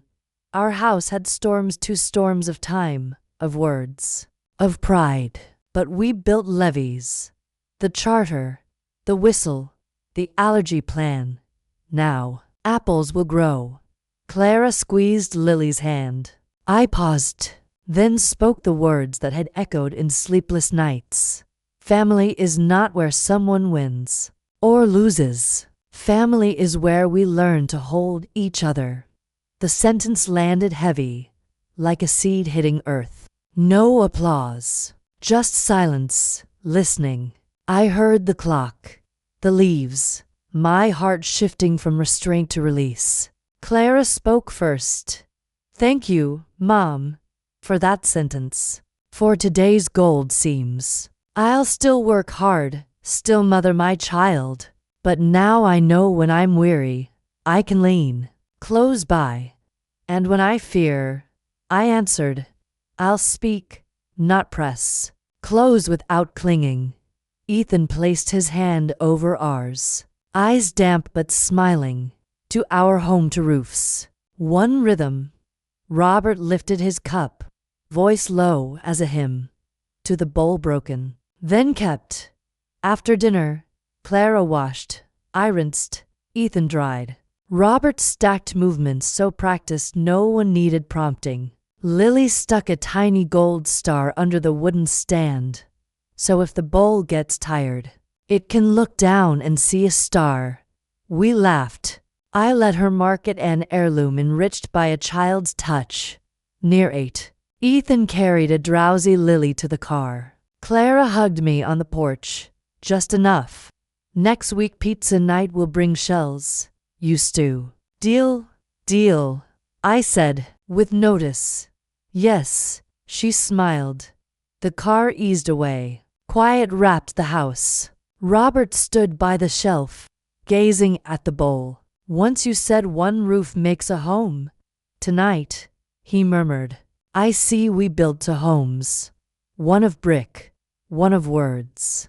I placed the bowl at the center of the table where it belonged, dimmed the lights, left one lamp pouring gold across its seams. The glow crept along the cracks, binding seasons together. I lifted my phone, thought to take a photo, then lowered it. My eyes had captured enough. I sat back. On the fridge, the charter and the allergy plan still hung no longer judgments, but frames for living. Outside, wind stirred. I imagined Ethan and Clara's small apartment lit with the same golden glow. Basil swaying from its evening drink. In the chat, I typed, finished Johnny Appleseed. Seeds are sown. Clara, received. Ethan, watering. Robert, shoring up. Lily, I'll blow the whistle if it rains. I laughed softly. Then I lifted the bowl once more. Let the lamplight caress its golden seams like cradling a child just recovered. And I heard my own words echo across its surface. Family is not where someone wins or loses, but where we learn to hold each other. I set the bowl back, at the center of the table. My dear friends, if this story has touched your heart, I invite you to leave a comment and share your thoughts or your own experiences. And don't forget to subscribe, so we can continue to listen, to tell, and to live through stories together, stories that may be yours, or perhaps someone you once knew.